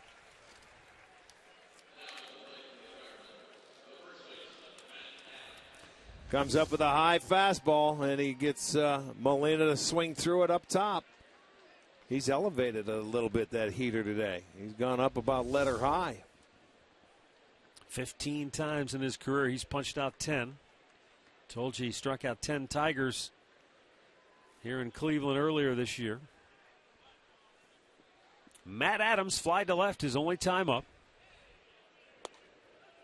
And he missed for ball 1.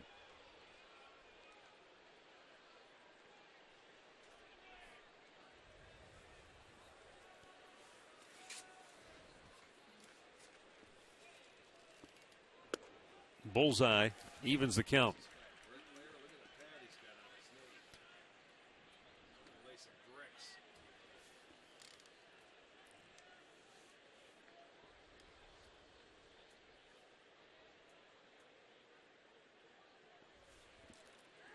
Swung on and missed. Nice cutter in. That was nasty.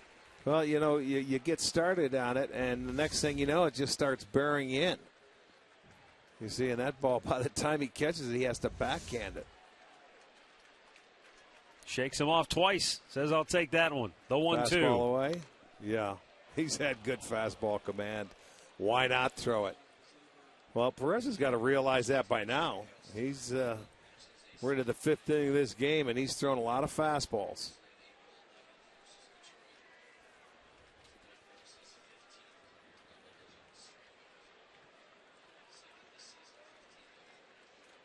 Now the 1-2. Breaking ball, ring him up. Number 11 for Corey Kluber. He's retired 13 in a row.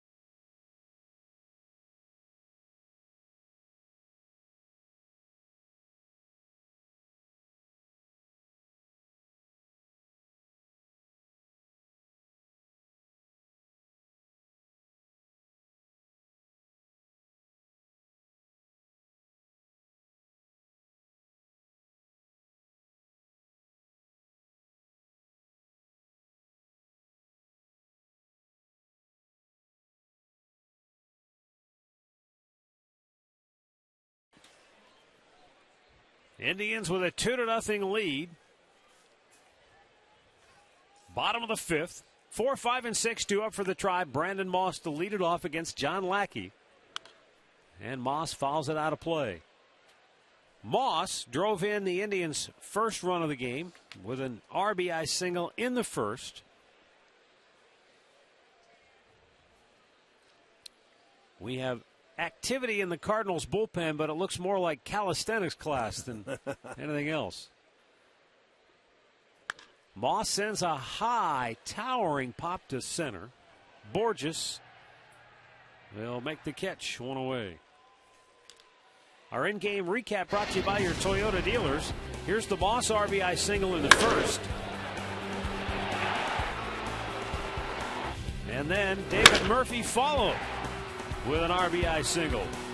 And that has been it so far. Corey Kluber has been simply spectacular, striking out 11 in 5 innings. With one out, here is David Murphy.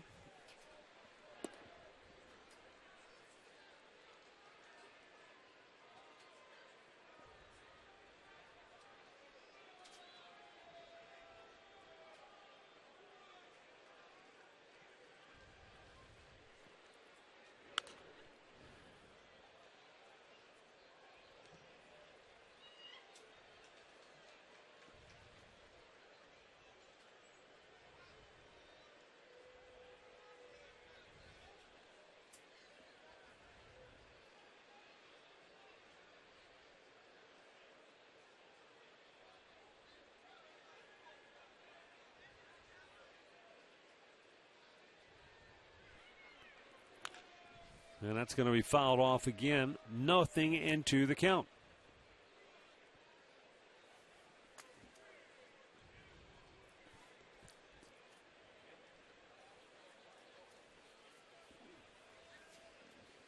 You know, when he started this game out, he was having troubles with the baseball. He has 6 0-2 counts tonight. Yeah, well, like I said, Rick, early. that first inning was so strange. Yeah, it really was. I mean, he walked Kipnis on 4 pitches. Then he walked Santana. Then threw 17 straight strikes and still gave up 2 RBI hits and a couple of runs. Yadier Molina might have something in his eye, huh? Yep. Break out the Visine. Trainer attending to Molina, who's behind the plate. There he is.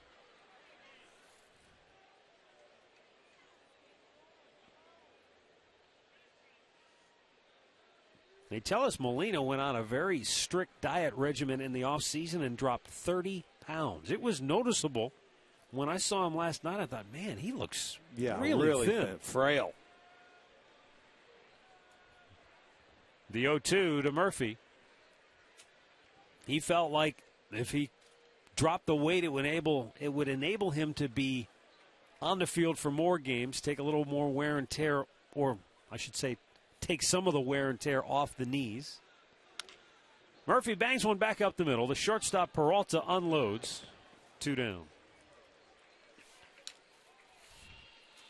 Tonight after Indians Live, Jimmy Hanlon and Carling Nolan play 18 holes on the Rockery course at the Marco Island Marriott.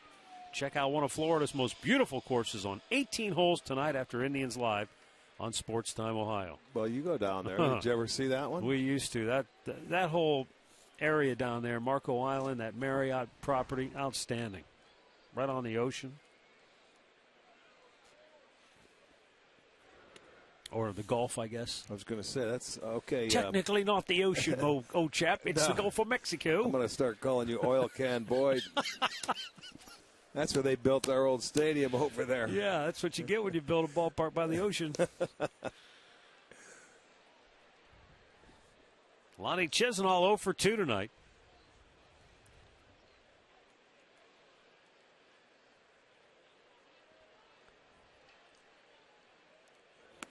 That's down low.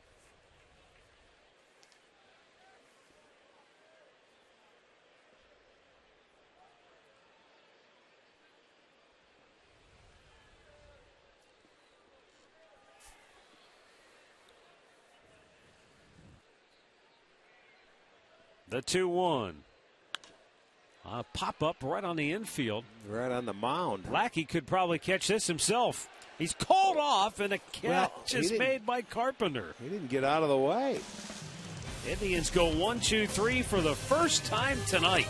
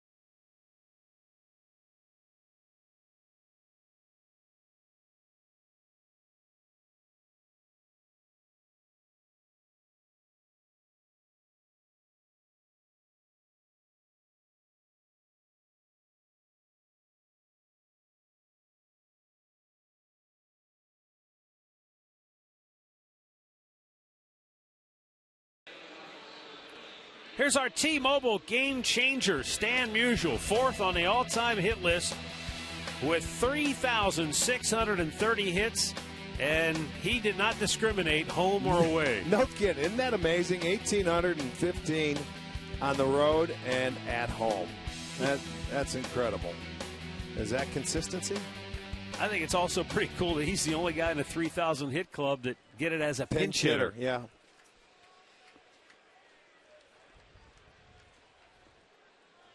Mark Reynolds struck out his only time up, and to no one's surprise, he takes a strike here. Kluber's thrown 72 pitches tonight, and only 24 of them have not been strikes. Off the end of the bat, it's 0-2. Well, we witnessed last year how he gets into a groove, and it's just everything is right there. He doesn't mess around. Tonight, excellent fastball command. He's mixed everything well, but, I mean, that's been a great pitch. He's elevated the fastball to get a few strikes out of the zone.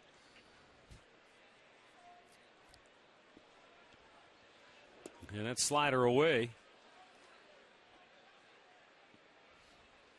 Seeing if Reynolds would chase after it. He did not. 1-2.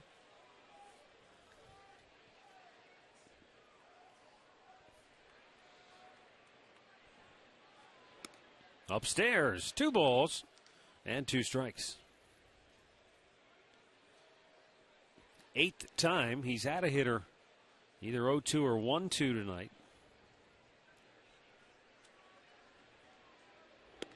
And that fastball rings him up. Reynolds goes back to the dugout barking, but that's a dozen Ks for Kluber. You know, they're starting to complain, on the pitches.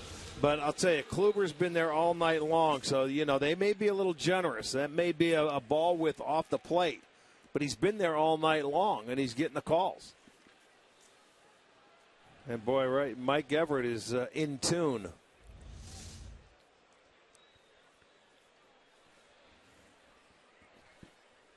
Now Peter Borges, who was called out on strikes back in the 3rd inning.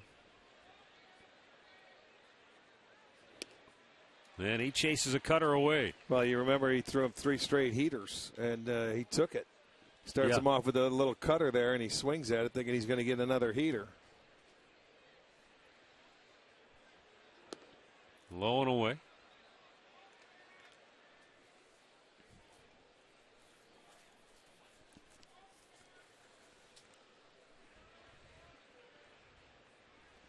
The 1-1.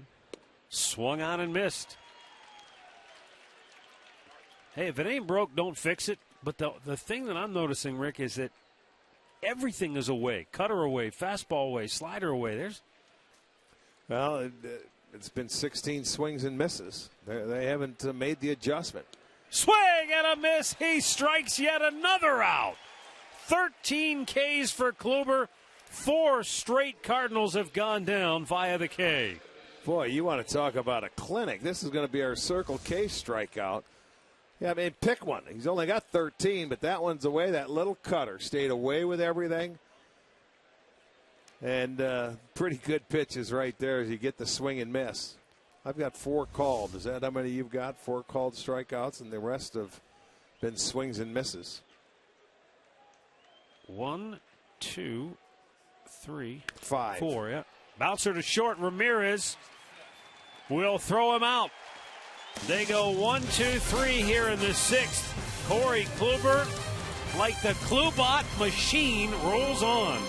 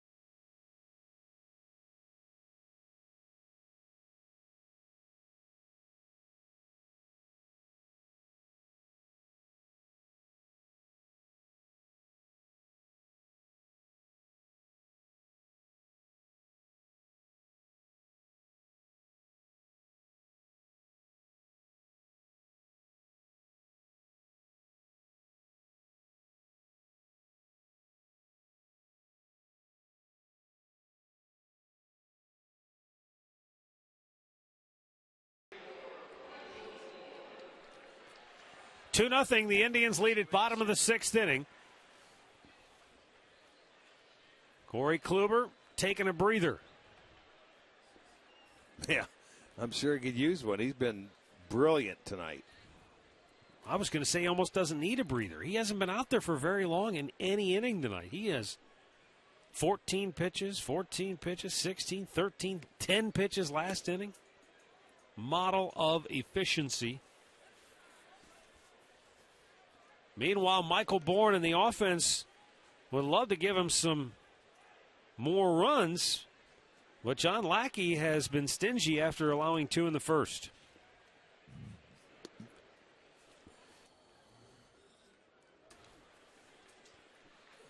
Bourne 0 for 2.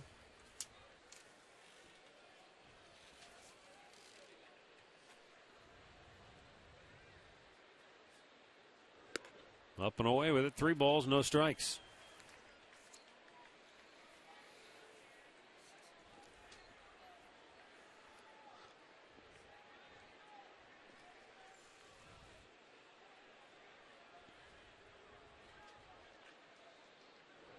There's a fastball, or I don't know if that was a fastball or maybe just a get me it over was fastball. 87 miles an hour. Didn't have a lot behind it, but he was figuring Bourne wouldn't swing 3-0.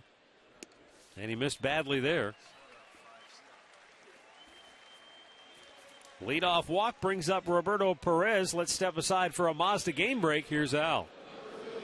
Hey, Matt, Rick, let's head to Motown. Twins and Tigers, all Minnesota thus far. Torrey Hunter, a solo shot in the first inning. That's his 6th of the year. Meanwhile, Minnesota's added 5 more in the 3rd, and they're still batting. 6-0 Twins. Matt? Thanks, Al. Here's Roberto Perez, who is 0 for 2 tonight.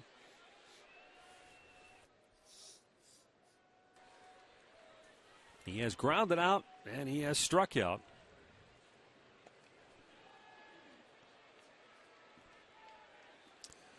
Now is a good time if Bourne wants to take a chance to try and steal a base here. You've got a 2-run lead, your 6th inning. You'd love to put another one on the board the way Kluber's thrown.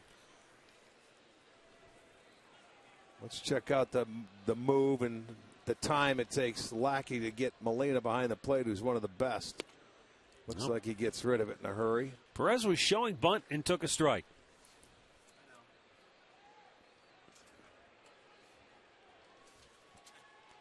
Just now getting some action in the Cardinal bullpen.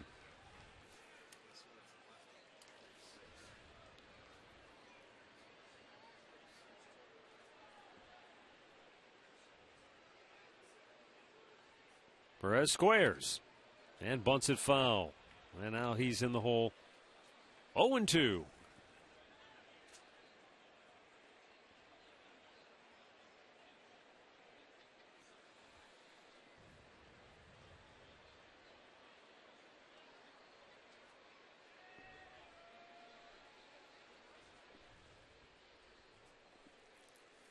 Lackey, 60% of his pitches have been strikes.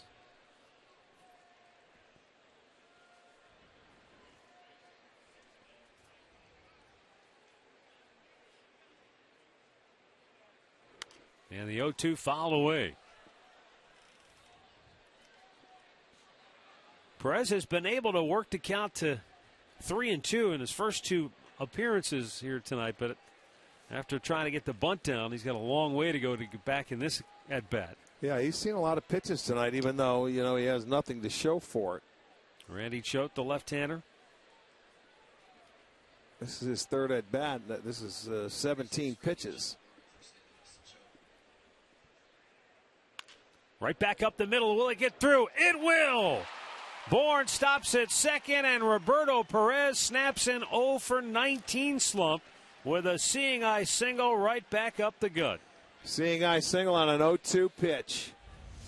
And he gets the ball. This one had a little too much of the plate. It looked like that 2-seamer, but it goes right back over the bag, over the head of Lackey, into center field. So now with a really good start to this inning, 1st and 2nd. I'm sure we'll see another bunt here from Ramirez, trying to move the runners along. This is a case here, too, now, with the situation. You've got him on first base, Perez. If it's bunted, sometimes you can go to second base. You don't have to try and get the lead runner at third. If you can get that guy at second, you still have a double play in order. Ramirez almost got hit on the foot. Almost looked like it went between his legs. Awfully close. I mean, it was down there, and he just gets it out of the way.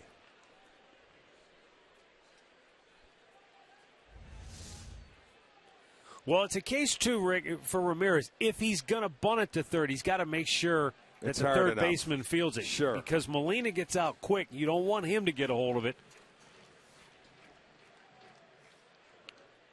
And that's going to go foul. Yeah, see, that time he tried to make a perfect bunt. But with Borney on second, it doesn't have to be a perfect bunt. Just make sure you get it on the grass. Sometimes you try and be too fine as a hitter, instead of just your job is to get up there and sacrifice it. And if you force Carpenter to field, that's why I'm saying sometimes I've seen in the National League, they will go to second base when they have a slower runner on first. And they'll get an out, but they'll still have runners at the corners and a chance for a double play if he bunts it hard enough. We'll see. Don't be too fine. There you go. Good job. Lackey's only play at first. He'll flip it over. Well done by Jose Ramirez as Bourne goes to third and Perez down to second.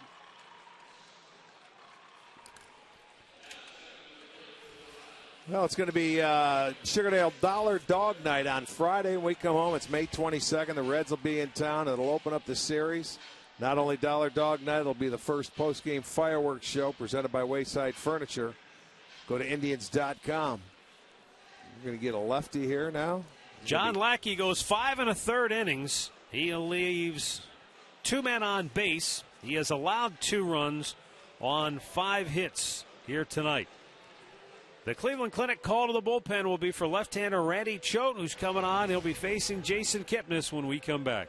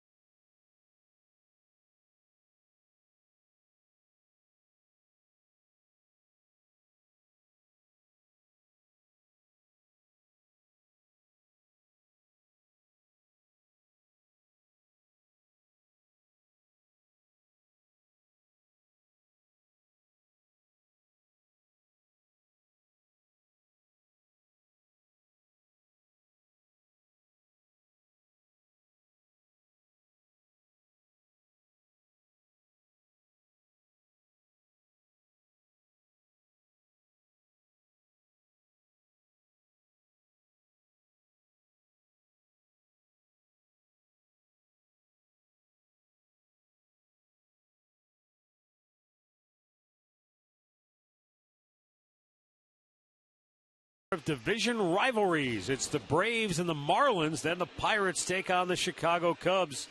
Coverage begins at 1 p.m. Eastern for your home for baseball every Saturday. Fox Sports 1 and streaming live on Fox Sports Go.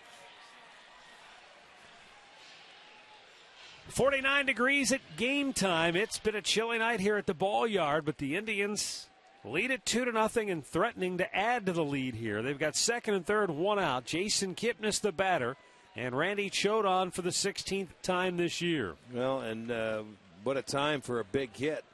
Right now, this will give Kipnis an opportunity to get back at Lackey for hitting him in the back. He's got a chance to give him 2 earned runs here. Outside ball 1.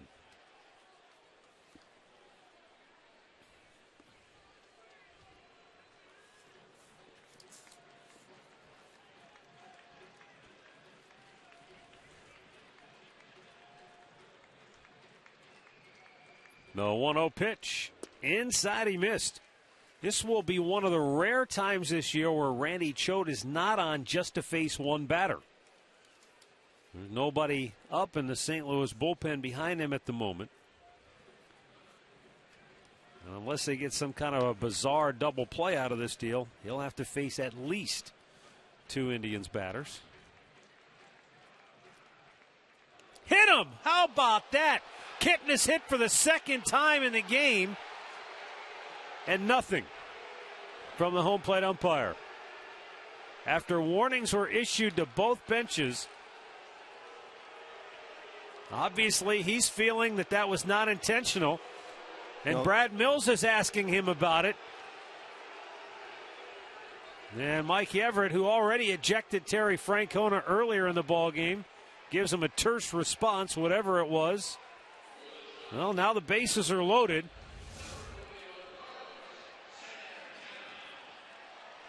Well, this ball, he couldn't get out of the way of it. It was down at the knees. I don't think he was trying to hit him. Not a situation where he should be throwing at somebody. No. But it's just awfully ironic, or... Well, people automatically think that if you issue a warning and anybody else is hitting the game, you're automatically ejected, and that's not the case. Well, especially when it's the same guy, though. Well. Here's Carlos Santana taking low, ball 1.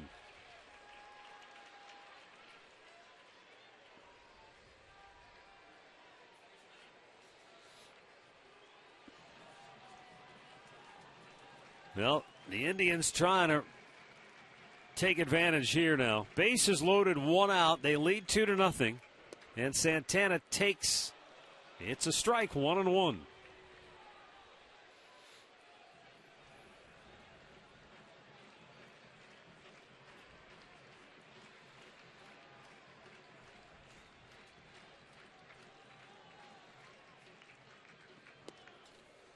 And that ball was in off the plate.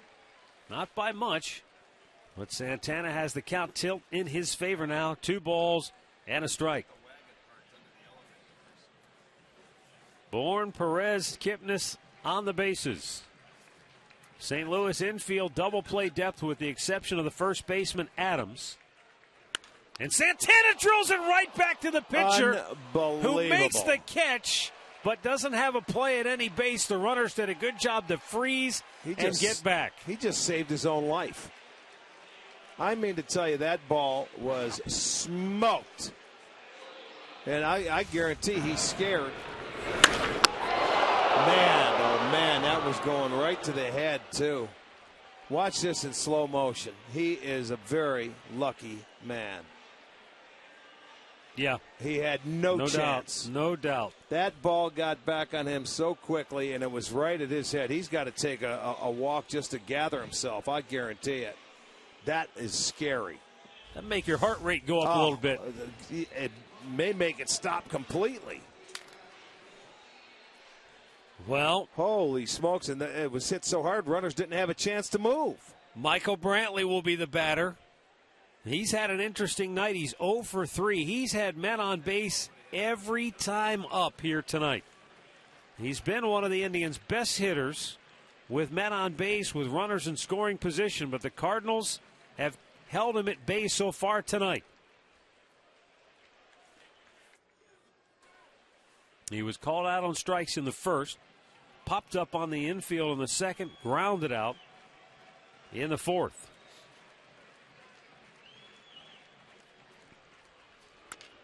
Slowly chopped towards second base, and that'll end the inning.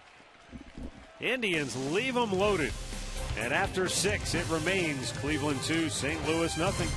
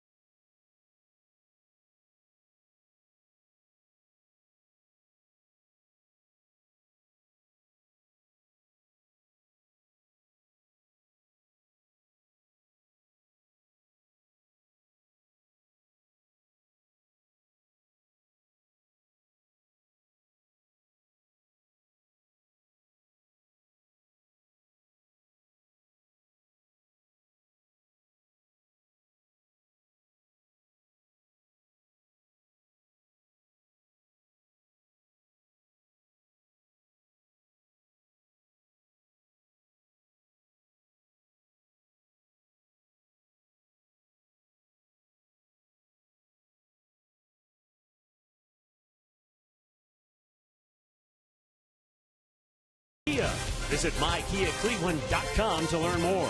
By Levin Mattress, located in all Levin furniture and freestanding locations. And by AT&T Uverse, has more channels on the go than cable.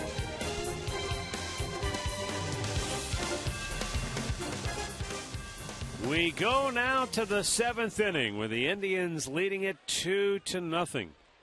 Matt Carpenter, Pete Kozma, and Johnny Peralta due up here in the 7th. For St. Louis, Carpenter 0 for 2. Corey Kluber has retired 16 in a row, and he has struck out 10 of the last 12 Cardinals batters.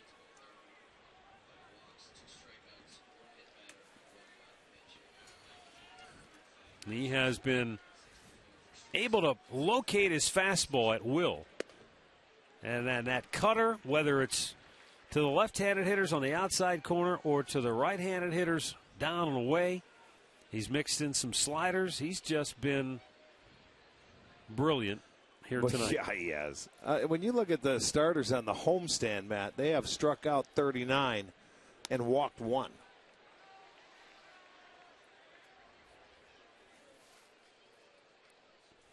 Of course, the only blemish on his card is the hit batter back in the first inning, and that's it. Yeah, fastball that ran in on Matt Holliday and caught him on the elbow. And he left the game. And then St. Louis retaliated in the 4th inning when Lackey drilled Jason Kipnis in the middle of the back. Both benches were worn. Terry Francona came out and was ejected by home plate umpire Mike Everett because Francona's point was if you felt it was intentional, then you should have thrown him out of the game. And that didn't go well for Terry. Here's the 3-1 now. Fouled off the foot of Carpenter, rolls all the way out to the first base coach. St. Louis has action in their bullpen. Tribe's bullpen, quiet.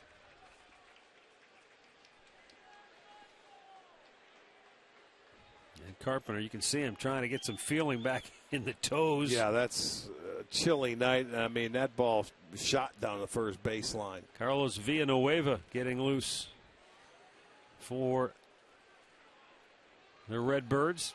This is Kluber's 3rd full count.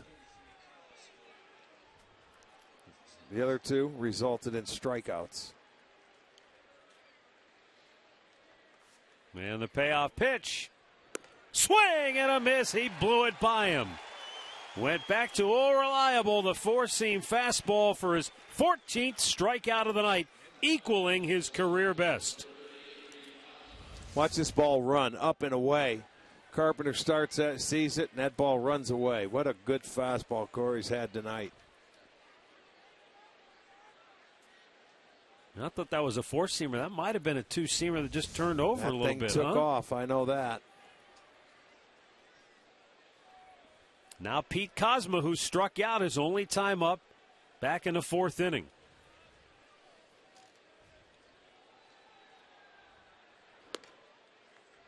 And a fastball let her high inside corner for a strike.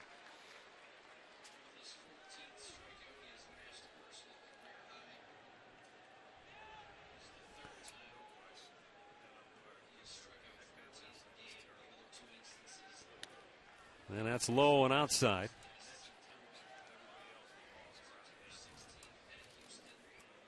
"17 straight batters set down by Kluber since Holliday was hit by a pitch in the first. And since Holliday was hit by that pitch in the first inning, there have only been 4 balls put in play by the Cardinals tonight. Yeah, those guys have been on their heels. A lot of swings and misses. He's been dotting the strike zone and a lot of swings and coming up empty. A little bit outside with a fastball.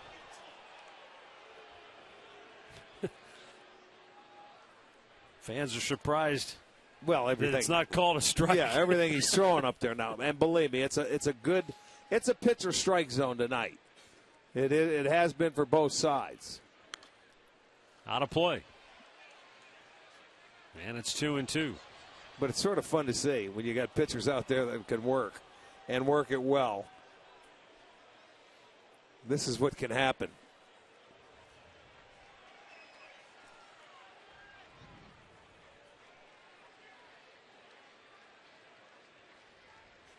But it's still a ball game. It's only a 2-0 game. And the 2-2. Swing and a miss. Kluber rearing back and just firing pellets by the Cardinal hitters. A new career high now for Kluber. Elevate the fastball. Right by him. Can't catch up to it. His 15th strikeout of the night. Not since Greg Swindell, as an Indians pitcher, struck out 15. I hope Greg's watching tonight. He texted me he was watching last night. Maybe he's tuned in tonight, but you got to go back to 87 since 15 punch-outs. Johnny Peralta has struck out twice tonight. Last time up, Peralta, I think, was in a 3-0 count. Yeah, he came back and got him. Yes, he did. And got him to chase on that cutter, that pitch right there. They said he did not go. Tim Timmons. See, the fans are caught up into it. They want everything. If you could throw it up and hit the backstop, they'd want you to call it a strike. Come on, what's up? They're caught into it. Now Corey Kluber. What did we have? Pineda just the other day with 16 strikeouts against the Orioles. Solid ground ball, base hit up the middle. Johnny Peralta breaks up the no-hit bid with 2 outs in the 7th inning on a solid base hit right back up the middle. And a standing O for Corey Kluber on a terrific effort so far here tonight. Well, you got to get through this inning and keep it going. That's the hit. There's a fastball, and it's right up the middle. It's a good, clean hit. Nobody could get there. A super play can't be made. Ramirez tries. So Peralta busts up the no-hitter. It's a 2-out single. And Jason Hayward 0 for 2 on the night. And Kluber right back attacking with a fastball for strike 1.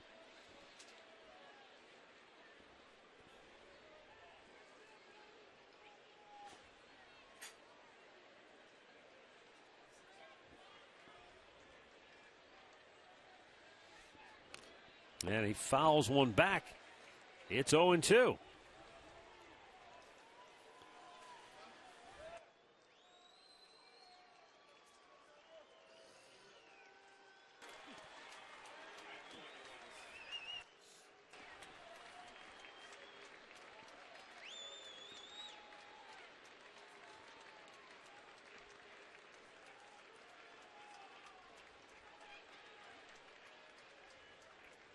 Two-strike pitch, up and away.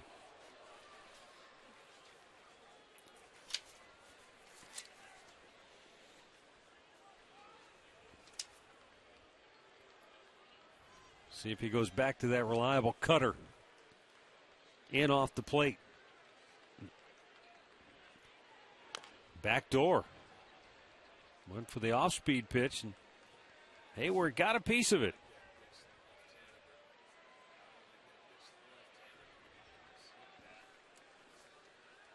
Just now,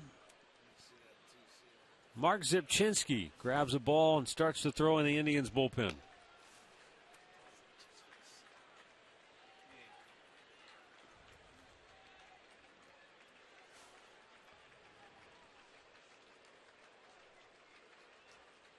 And the 1-2. Oh, that was awfully close. But it's called a ball and a full count. Well, let's take a look at it. That's the equalizer. I like that call. It was a little in off the plate, but didn't come back. But it sort of locked up Hayward. And the payoff pitch. Swing and a miss. Sweet 16 for Corey Kluber. A new career best in strikeouts. 7 one-hit shutout innings for the reigning Cy Young Award winner. And the Indians lead it by a score of 2-0 as we reach the 7th inning stretch. Brought to you by Spitzer Auto World.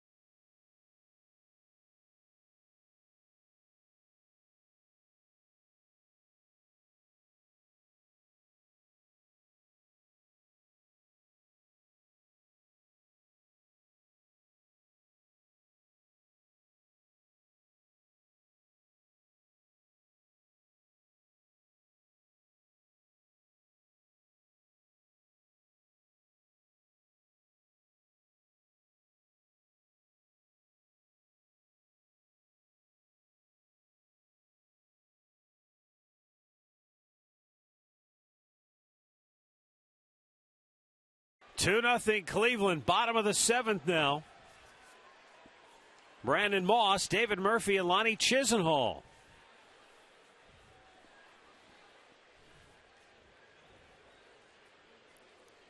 And Randy Cho staying on to pitch here in the 7th inning. Moss a swing and a miss. Well, you got all the left-handers now. You figure the 2-run lead, he probably will not pinch yet. He may, though, with Murph. Ryan Rayburn, the one guy on that bench you would expect to see at some point here, maybe. They have a right-hander in the bullpen ready to go, so Murph's been swinging it well.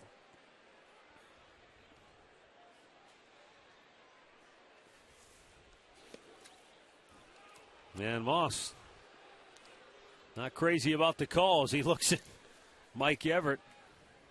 It's been a pitcher strike zone tonight.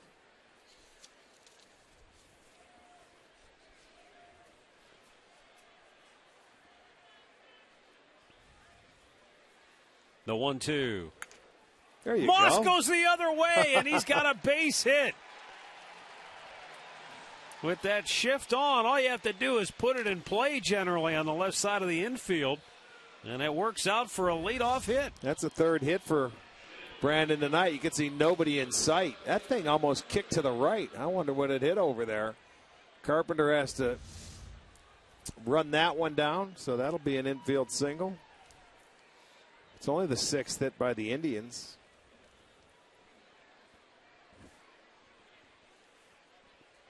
And David Murphy, just his 2nd at bat this year against the left-handed pitcher. The first one was last night.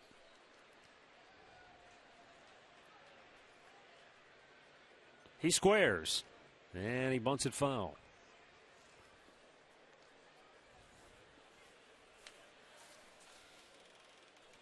Think that's on his own? No, I don't think so. I think they're going to let him go up there and try and move the runner. You've got Chisenhall, another left-hander on deck.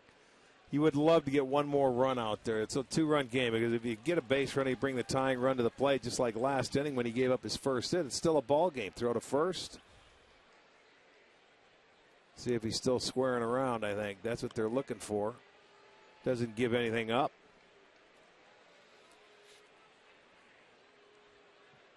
I think the toughest thing here with Choate pitching, if you're up there, is trying to wait to bunt the ball because you can see it coming. You might be able to read the commissioner's name on the ball.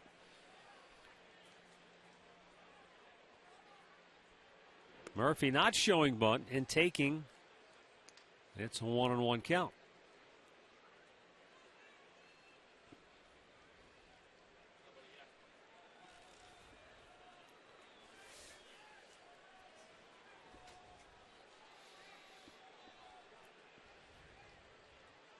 Squares this time, gets it down. Good job.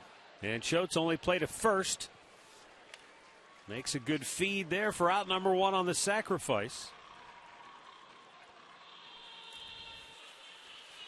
Well, KeyBank Kids tickets start at just $10 for kids 12 and under with the purchase of an adult ticket. And kids tickets are located in the new family deck out here at Progressive Field. So you log on to Indians.com/kids tickets today. It's almost like a game of poker right here where, you know, the Indians have all these left-handed hitters stacked up there. Choate's a guy who normally faces one guy and he's gone. Yeah. So it's like the Indians are kind of calling Matheny's bluff here. All right, you got that right hander in the bullpen. We're not buying it, though. We're going to keep running our lefties out here. Well, and see if we can't get a hit against him. I know. If Choate completes this inning, he'll get a complete game next to his name for his stuff. And he goes out there. You're right. He's usually a matchup guy, but the Indians have so many left-handers in a row. He's just staying on. Lonnie Chisenhall 0 for 3 tonight, 0 for 7 so far in the series, and he chases one, and he's down on the count 0-2.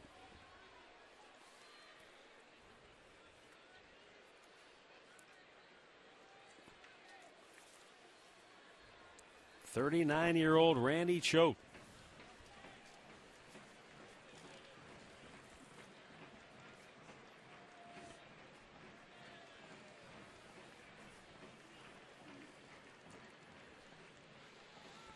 Trying to get Cosma's attention out in left field, move him over towards the line a little bit more.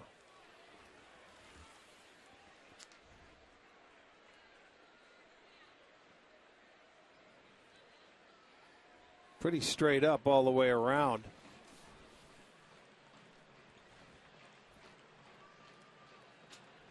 Yeah, in this day and age of shifts and defensive specialty. The 1-2 offering. That's that was the pitch. tempter. Yeah, that's the one you have to lay off. Chisenhall's a good breaking ball hitter. It's a matter of just staying back and not get caught out on your front foot. He chased one earlier, and that enabled him. You see, it's starting out a ball right out of his hand. But you see it, and it's just a matter of trying to stay back. And sometimes that's easier said than done because that ball's not getting there.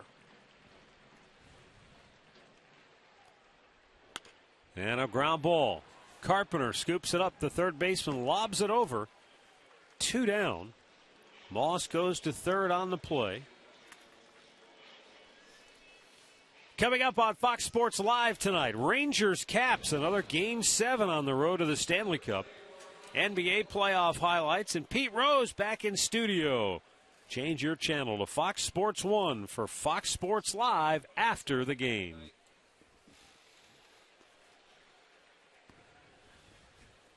Michael Bourne 0 for 2 with a walk.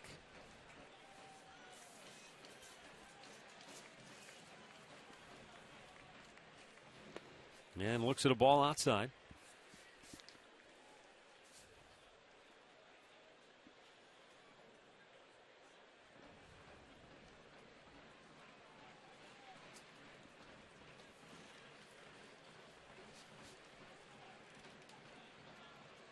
I don't know if Michael has the confidence in it, but boy, what a time there. If he could pull a drag bunt, I don't know if he's going to get anything inside to do it on. Right there would have been the pitch. And see if he could beat Adams to the bag with 2 outs, a man on third base.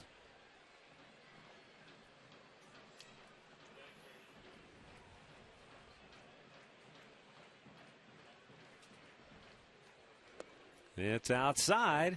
2-1. Well, Bourne, look, he's had his troubles offensively in just about every category you look at, but when he's had a runner in scoring position, just 3 for 20. Yeah, and he won 84 against left-handers. He doesn't like that call. Instead of 3-1, now it's 2-2. Well, watch this one going away. Sweeping. Oh, my goodness. Well, it's been like that all night.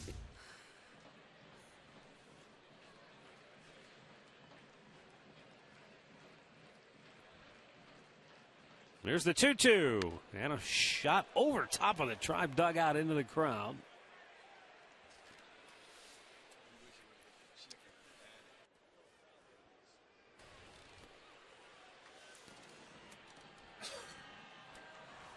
Indians have 2 runs on 6 hits, but they've left 10 men on base tonight.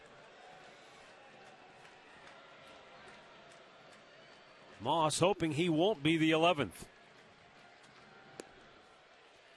Full count. Well, this could be his last hitter any way you look at it. If Bourne can make him get into the strike zone.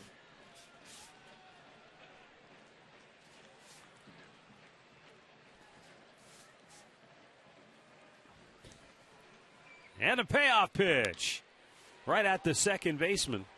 And Wong throws him out. No runs ahead, a man left at third. We'll go to the 8th, 2-0 Cleveland.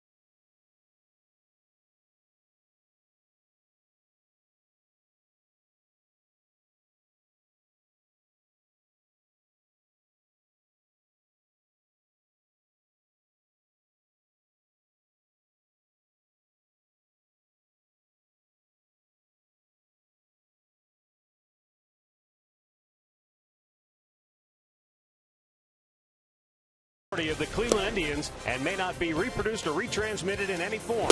And the accounts and descriptions of this game may not be disseminated without the express written consent of the Cleveland Indians.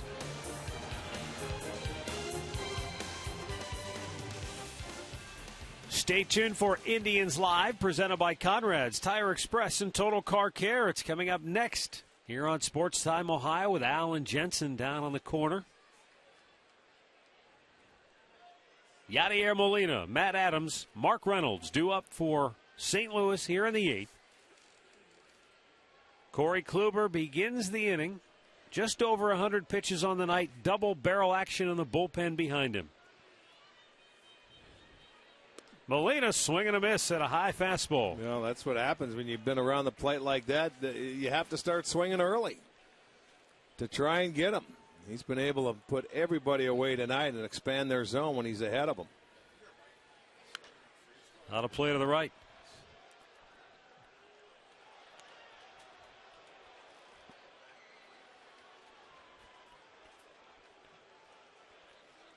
McAllister, Zubchinski up in the Indians bullpen.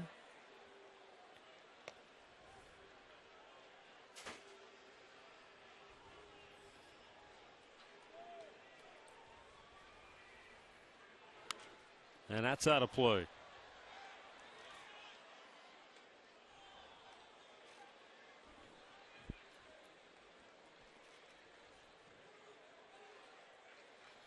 Corey Kluber has retired 19 out of the last 20.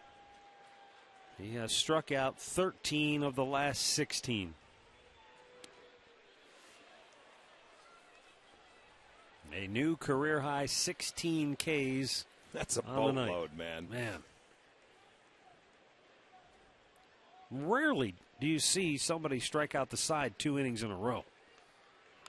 Check swing foul. We've seen it twice. We've seen it twice on this homestand. Yes, we have. Salazar did it too. Think about how often you ever see that. It just. But Corey Kluber, we know how good he has been. We've seen it. And Danny Salazar, while it's just a brief snapshot so far, he's been special. Oh, yeah. Make it 17. Corey Kluber with his 17th strikeout of the night. Looked like a little cutter. As promised earlier, it's Miller time, brought to you by Miller Lite. Here's a smattering of Kluber Ks.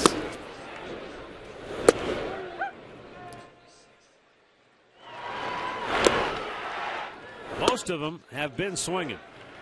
There have been a few that were locked up.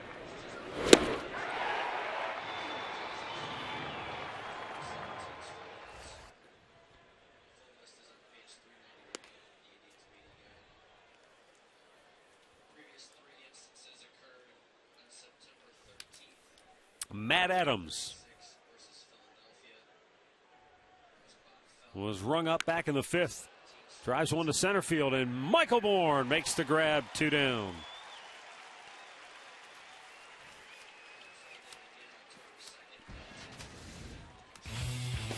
"17 or more strikeouts in a game in Indians history. Louis Tiant punched out 19, but that was in a 10-inning affair. Feller fan 18 back in 1938.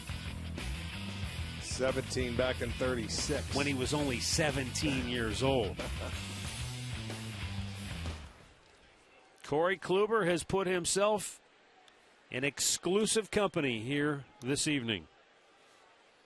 And he's got at least one more batter to go. That may be the only time, too, we look at a strikeout list here in Indians history and don't see Sudden Sam McDowell's name on it. You know what I mean? Yeah. He's up there with everything You're else. right, Rick. I mean, every time we have a strikeout graphic or statistical category, we look up whose name's in there. McDowell. Right. That's up high, 1-1.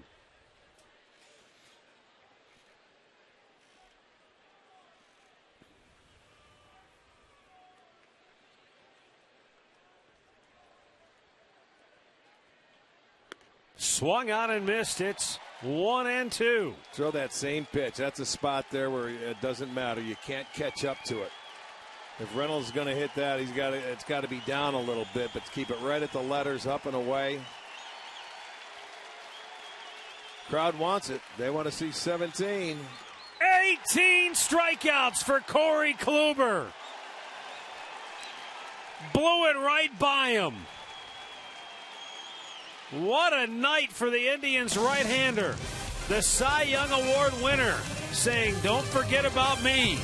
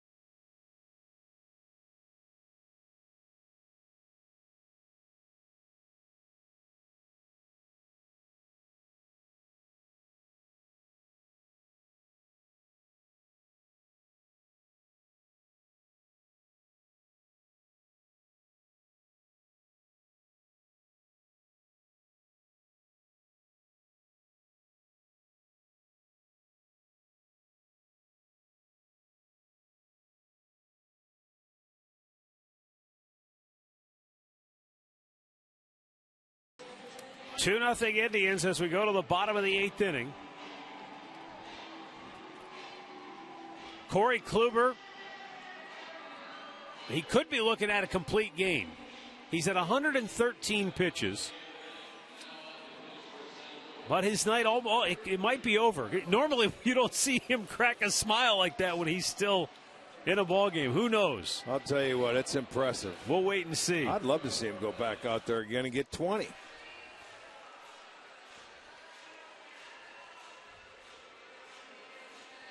Remember, Terry Francona was ejected from the game earlier here tonight, so he's not in the dugout. Normally, he would be the guy to walk down there and say, shake your hand, nice job. We'll wait and see. Meanwhile, it's still a tight game. 2-0 Indians lead it. Carlos Villanueva delivers high ball 1 to Roberto Perez. Perez snapped an 0 for 19 with a seeing-eye single in the 6th. Breaking ball in for a strike.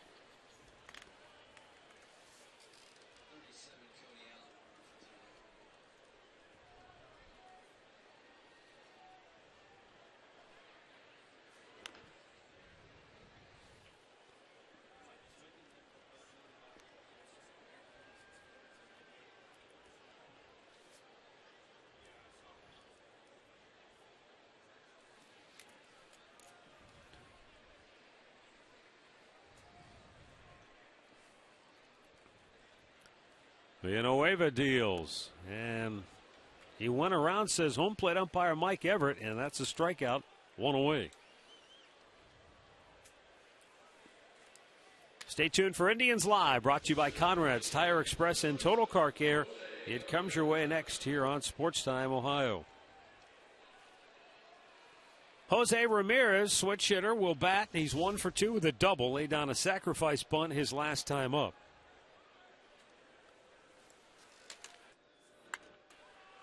Out of play on the foul to the left.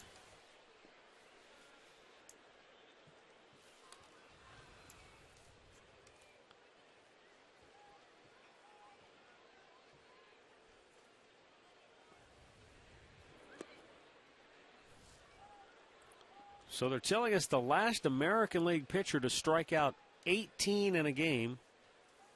Uh-oh, we might have an amendment here. Roger Clemens. He fanned 18 Royals when he was with Toronto in 1998.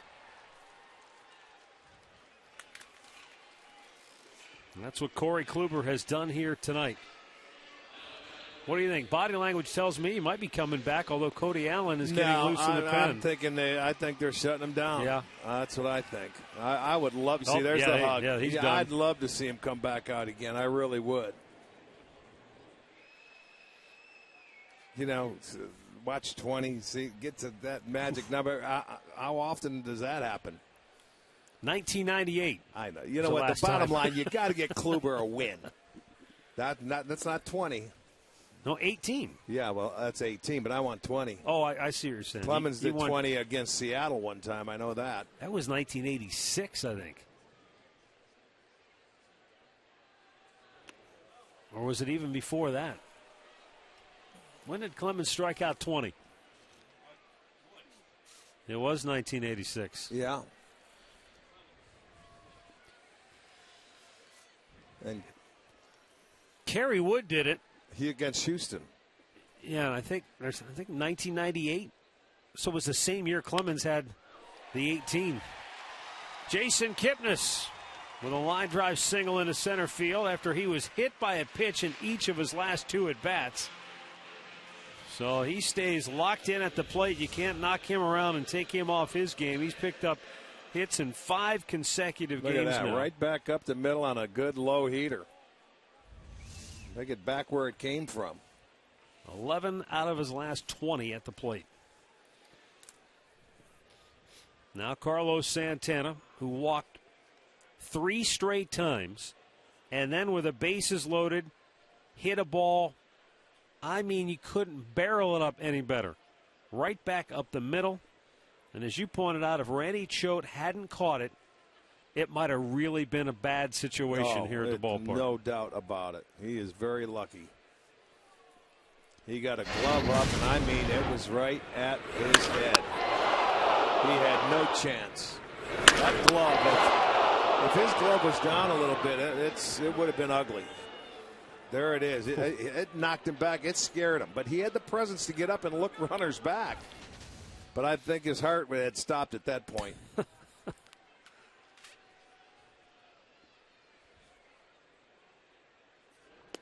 Down low. 2-0 the count on Santana.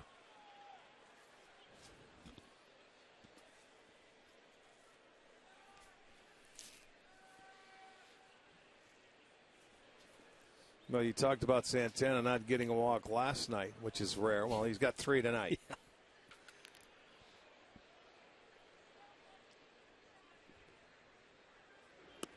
Down low, 3-0. And he might be on his way to a 4th. I know he's leading the league. I want to see who was second. And how so Miguel Cabrera, second. I guess no surprise there. 22 walks to Santana's 25 coming into tonight. But Santana's added 3 more. And a borderline strike called there. By the way, Twins continue to shut out the Tigers in Detroit. 6-0 Minnesota in the 5th. Rangers early lead over the Royals, 2-0. They're in the 2nd. White Sox lead the Brewers, 3-0. They're in the 2nd in Milwaukee. 3-1. Santana's drawn a walk for the 4th time tonight. And 2 on, 2 out for Michael Brantley, who's had a strange night. He's been up every time with runners on base tonight. And hasn't come through yet. But they have pitched him. You would think in this situation, what you're talking about, he's got to get him one time, you would think. Well, the law of averages says absolutely he's due. Yeah. And he was swinging the bat very well on an 11-game hitting streak coming in. So, how much can one at-bat get into your head as a hitter? That first at-bat, Lackey locked him up with 3 pitches inside corner. I don't think one at-bat's not going to – it shouldn't hurt Michael the rest of the night, as solid as he is. Well, he's seen a lot. They've pounded the strike zone with him tonight. They've hit it on all quadrants. Yes, they have. They pitched him very tough.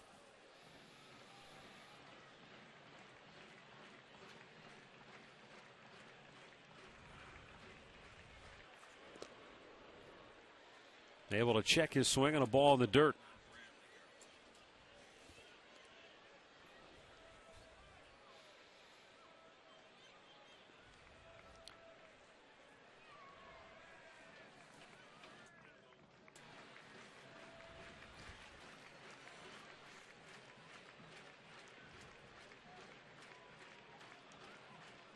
Villanueva with a 1-1.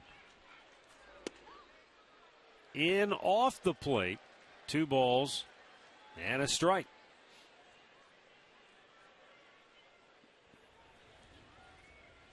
They would love to get one more, if possible. And it would be coming with after they had the first 2 out in the inning. A Kipnis hit, a Santana walk. Now Brantley sitting in a pretty good count at 2-1.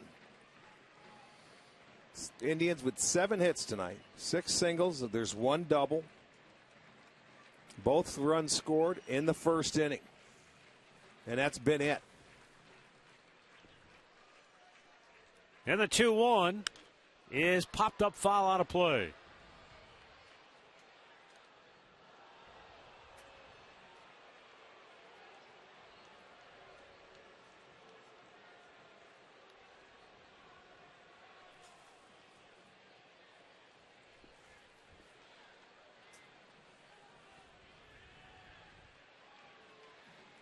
Brantley takes aim.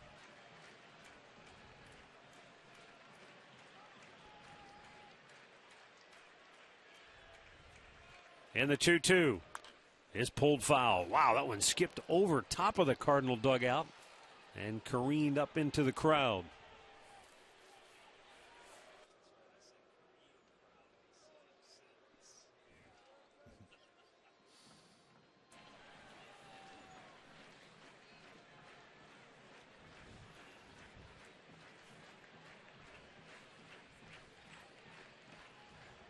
Villanueva has thrown 11 out of his 20 pitches in the inning, 4 strikes. And the 2-2 to Brantley.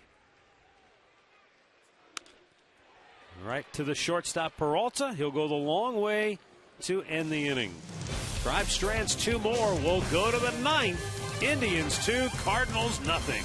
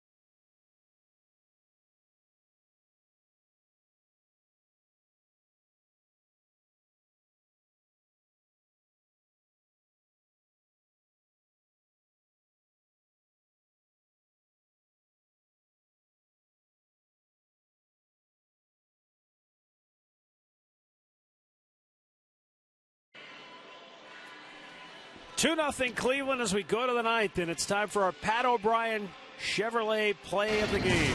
Well, it's going to be a lot of plays of the game because it was Corey Kluber tonight with a career-high 18 strikeouts, tying the great Bob Feller in Cleveland Indians history, and he was dealing tonight. Right from the outset, he had it all working. 5 of them were called. The rest of them, they were swinging. A nice slider, a nice cutter. He had an excellent command of his fastball tonight. And boy, what a treat to watch. Would he have about 113 pitches? Yeah. After his 8 innings, and I felt he still could have went out there, but they'll turn it over to Cody Allen. But boy, oh boy, just with the doctor over for Corey Kluber. I had him retiring 22 of the last 23, 15 of the last 19 via the strikeout. Wow. So he will watch the rest of this one. That's a game to remember right there, boy. Cody Allen will try to close it out as the Indians have a 2-0 lead.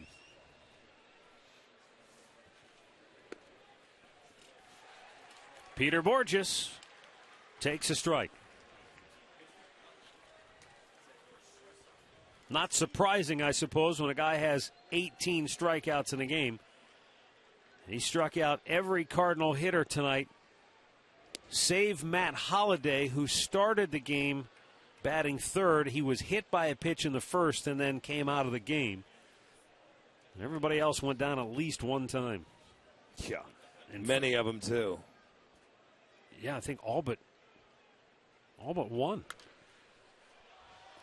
Looks like, Rick, the only guy that didn't go down more than twice was Matt Adams. That's right.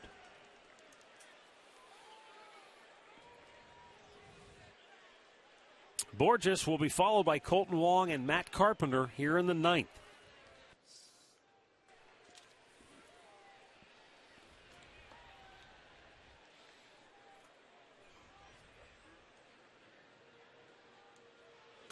Fastball took off, and it evens a count of 2-2.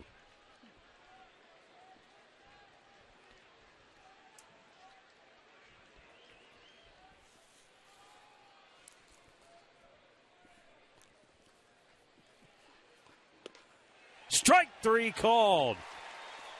Peter Borges strikes out for the 3rd time tonight.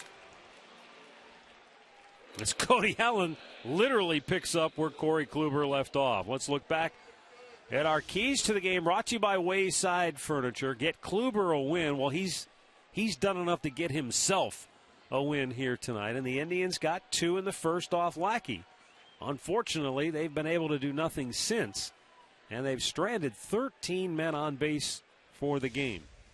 How appropriate is that on a night where up in the Terrace Club that they celebrated Bob Feller's museum opening up there on the 3rd floor? I've been thinking about it ever since Corey Kluber got to his 10th strikeout. No kidding. Is that scary or what? He ties the great Bob Feller in a 9-inning game. You and I had a chance to go up and be part of the gallery for the ribbon cutting ceremonies. Ann Feller, Bob's widow, was there to do the honors. And along with Bobby DiBiasio, who was very big in bringing that back here to Cleveland. Bob's 2 sons were there as well. Right. So if you Stephen come down Bruce. to the ballpark, it's free admission, no separate fee. Stop by the Terrace Club on the 3rd floor. 3rd floor. Yep. And 3rd floor. All of the Bob Feller memorabilia. His famous bat that Babe Ruth used to lean on when he gave his farewell to baseball. It's all on display here at the ballpark. Certainly something to see. Now the 1-2. Little bit outside. And Cody says, give me another ball. Thank you.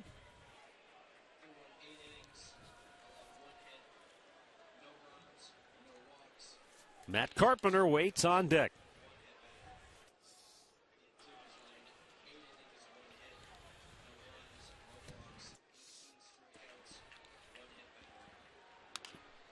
Popped him up, foul ground.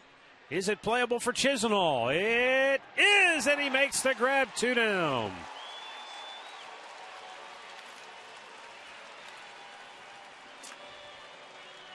Only 12,313 here on a frigid night.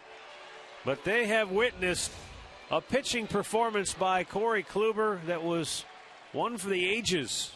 When you talk about the rare company that he's in Indians history with 18 strikeouts in a single game.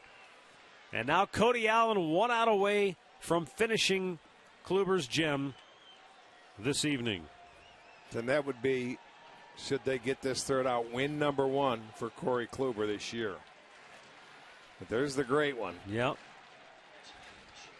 Fitting that Kluber would come out and pitch much like Feller did throughout his Hall of Fame career. A bouncer to second, and the ball game is over.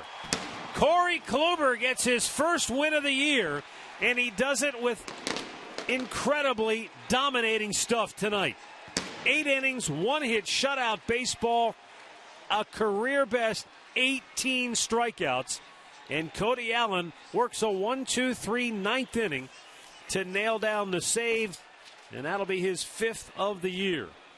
Kluber gets his first win, and the Indians even the series at a game apiece as they go to 12-20 on the year. St. Louis drops to 23-10 on the season. John Lackey will take the loss for St. Louis. He goes to 2-2.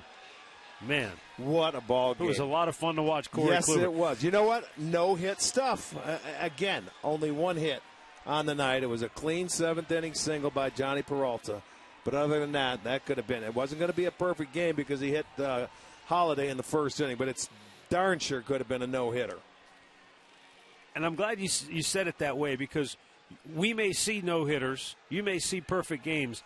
You might not see a better performance, though, than the one we saw from Kluber tonight. It was really a treat to watch. It truly was. We'll take a timeout, come back with some final thoughts. Indians over the Cardinals tonight, 2-0.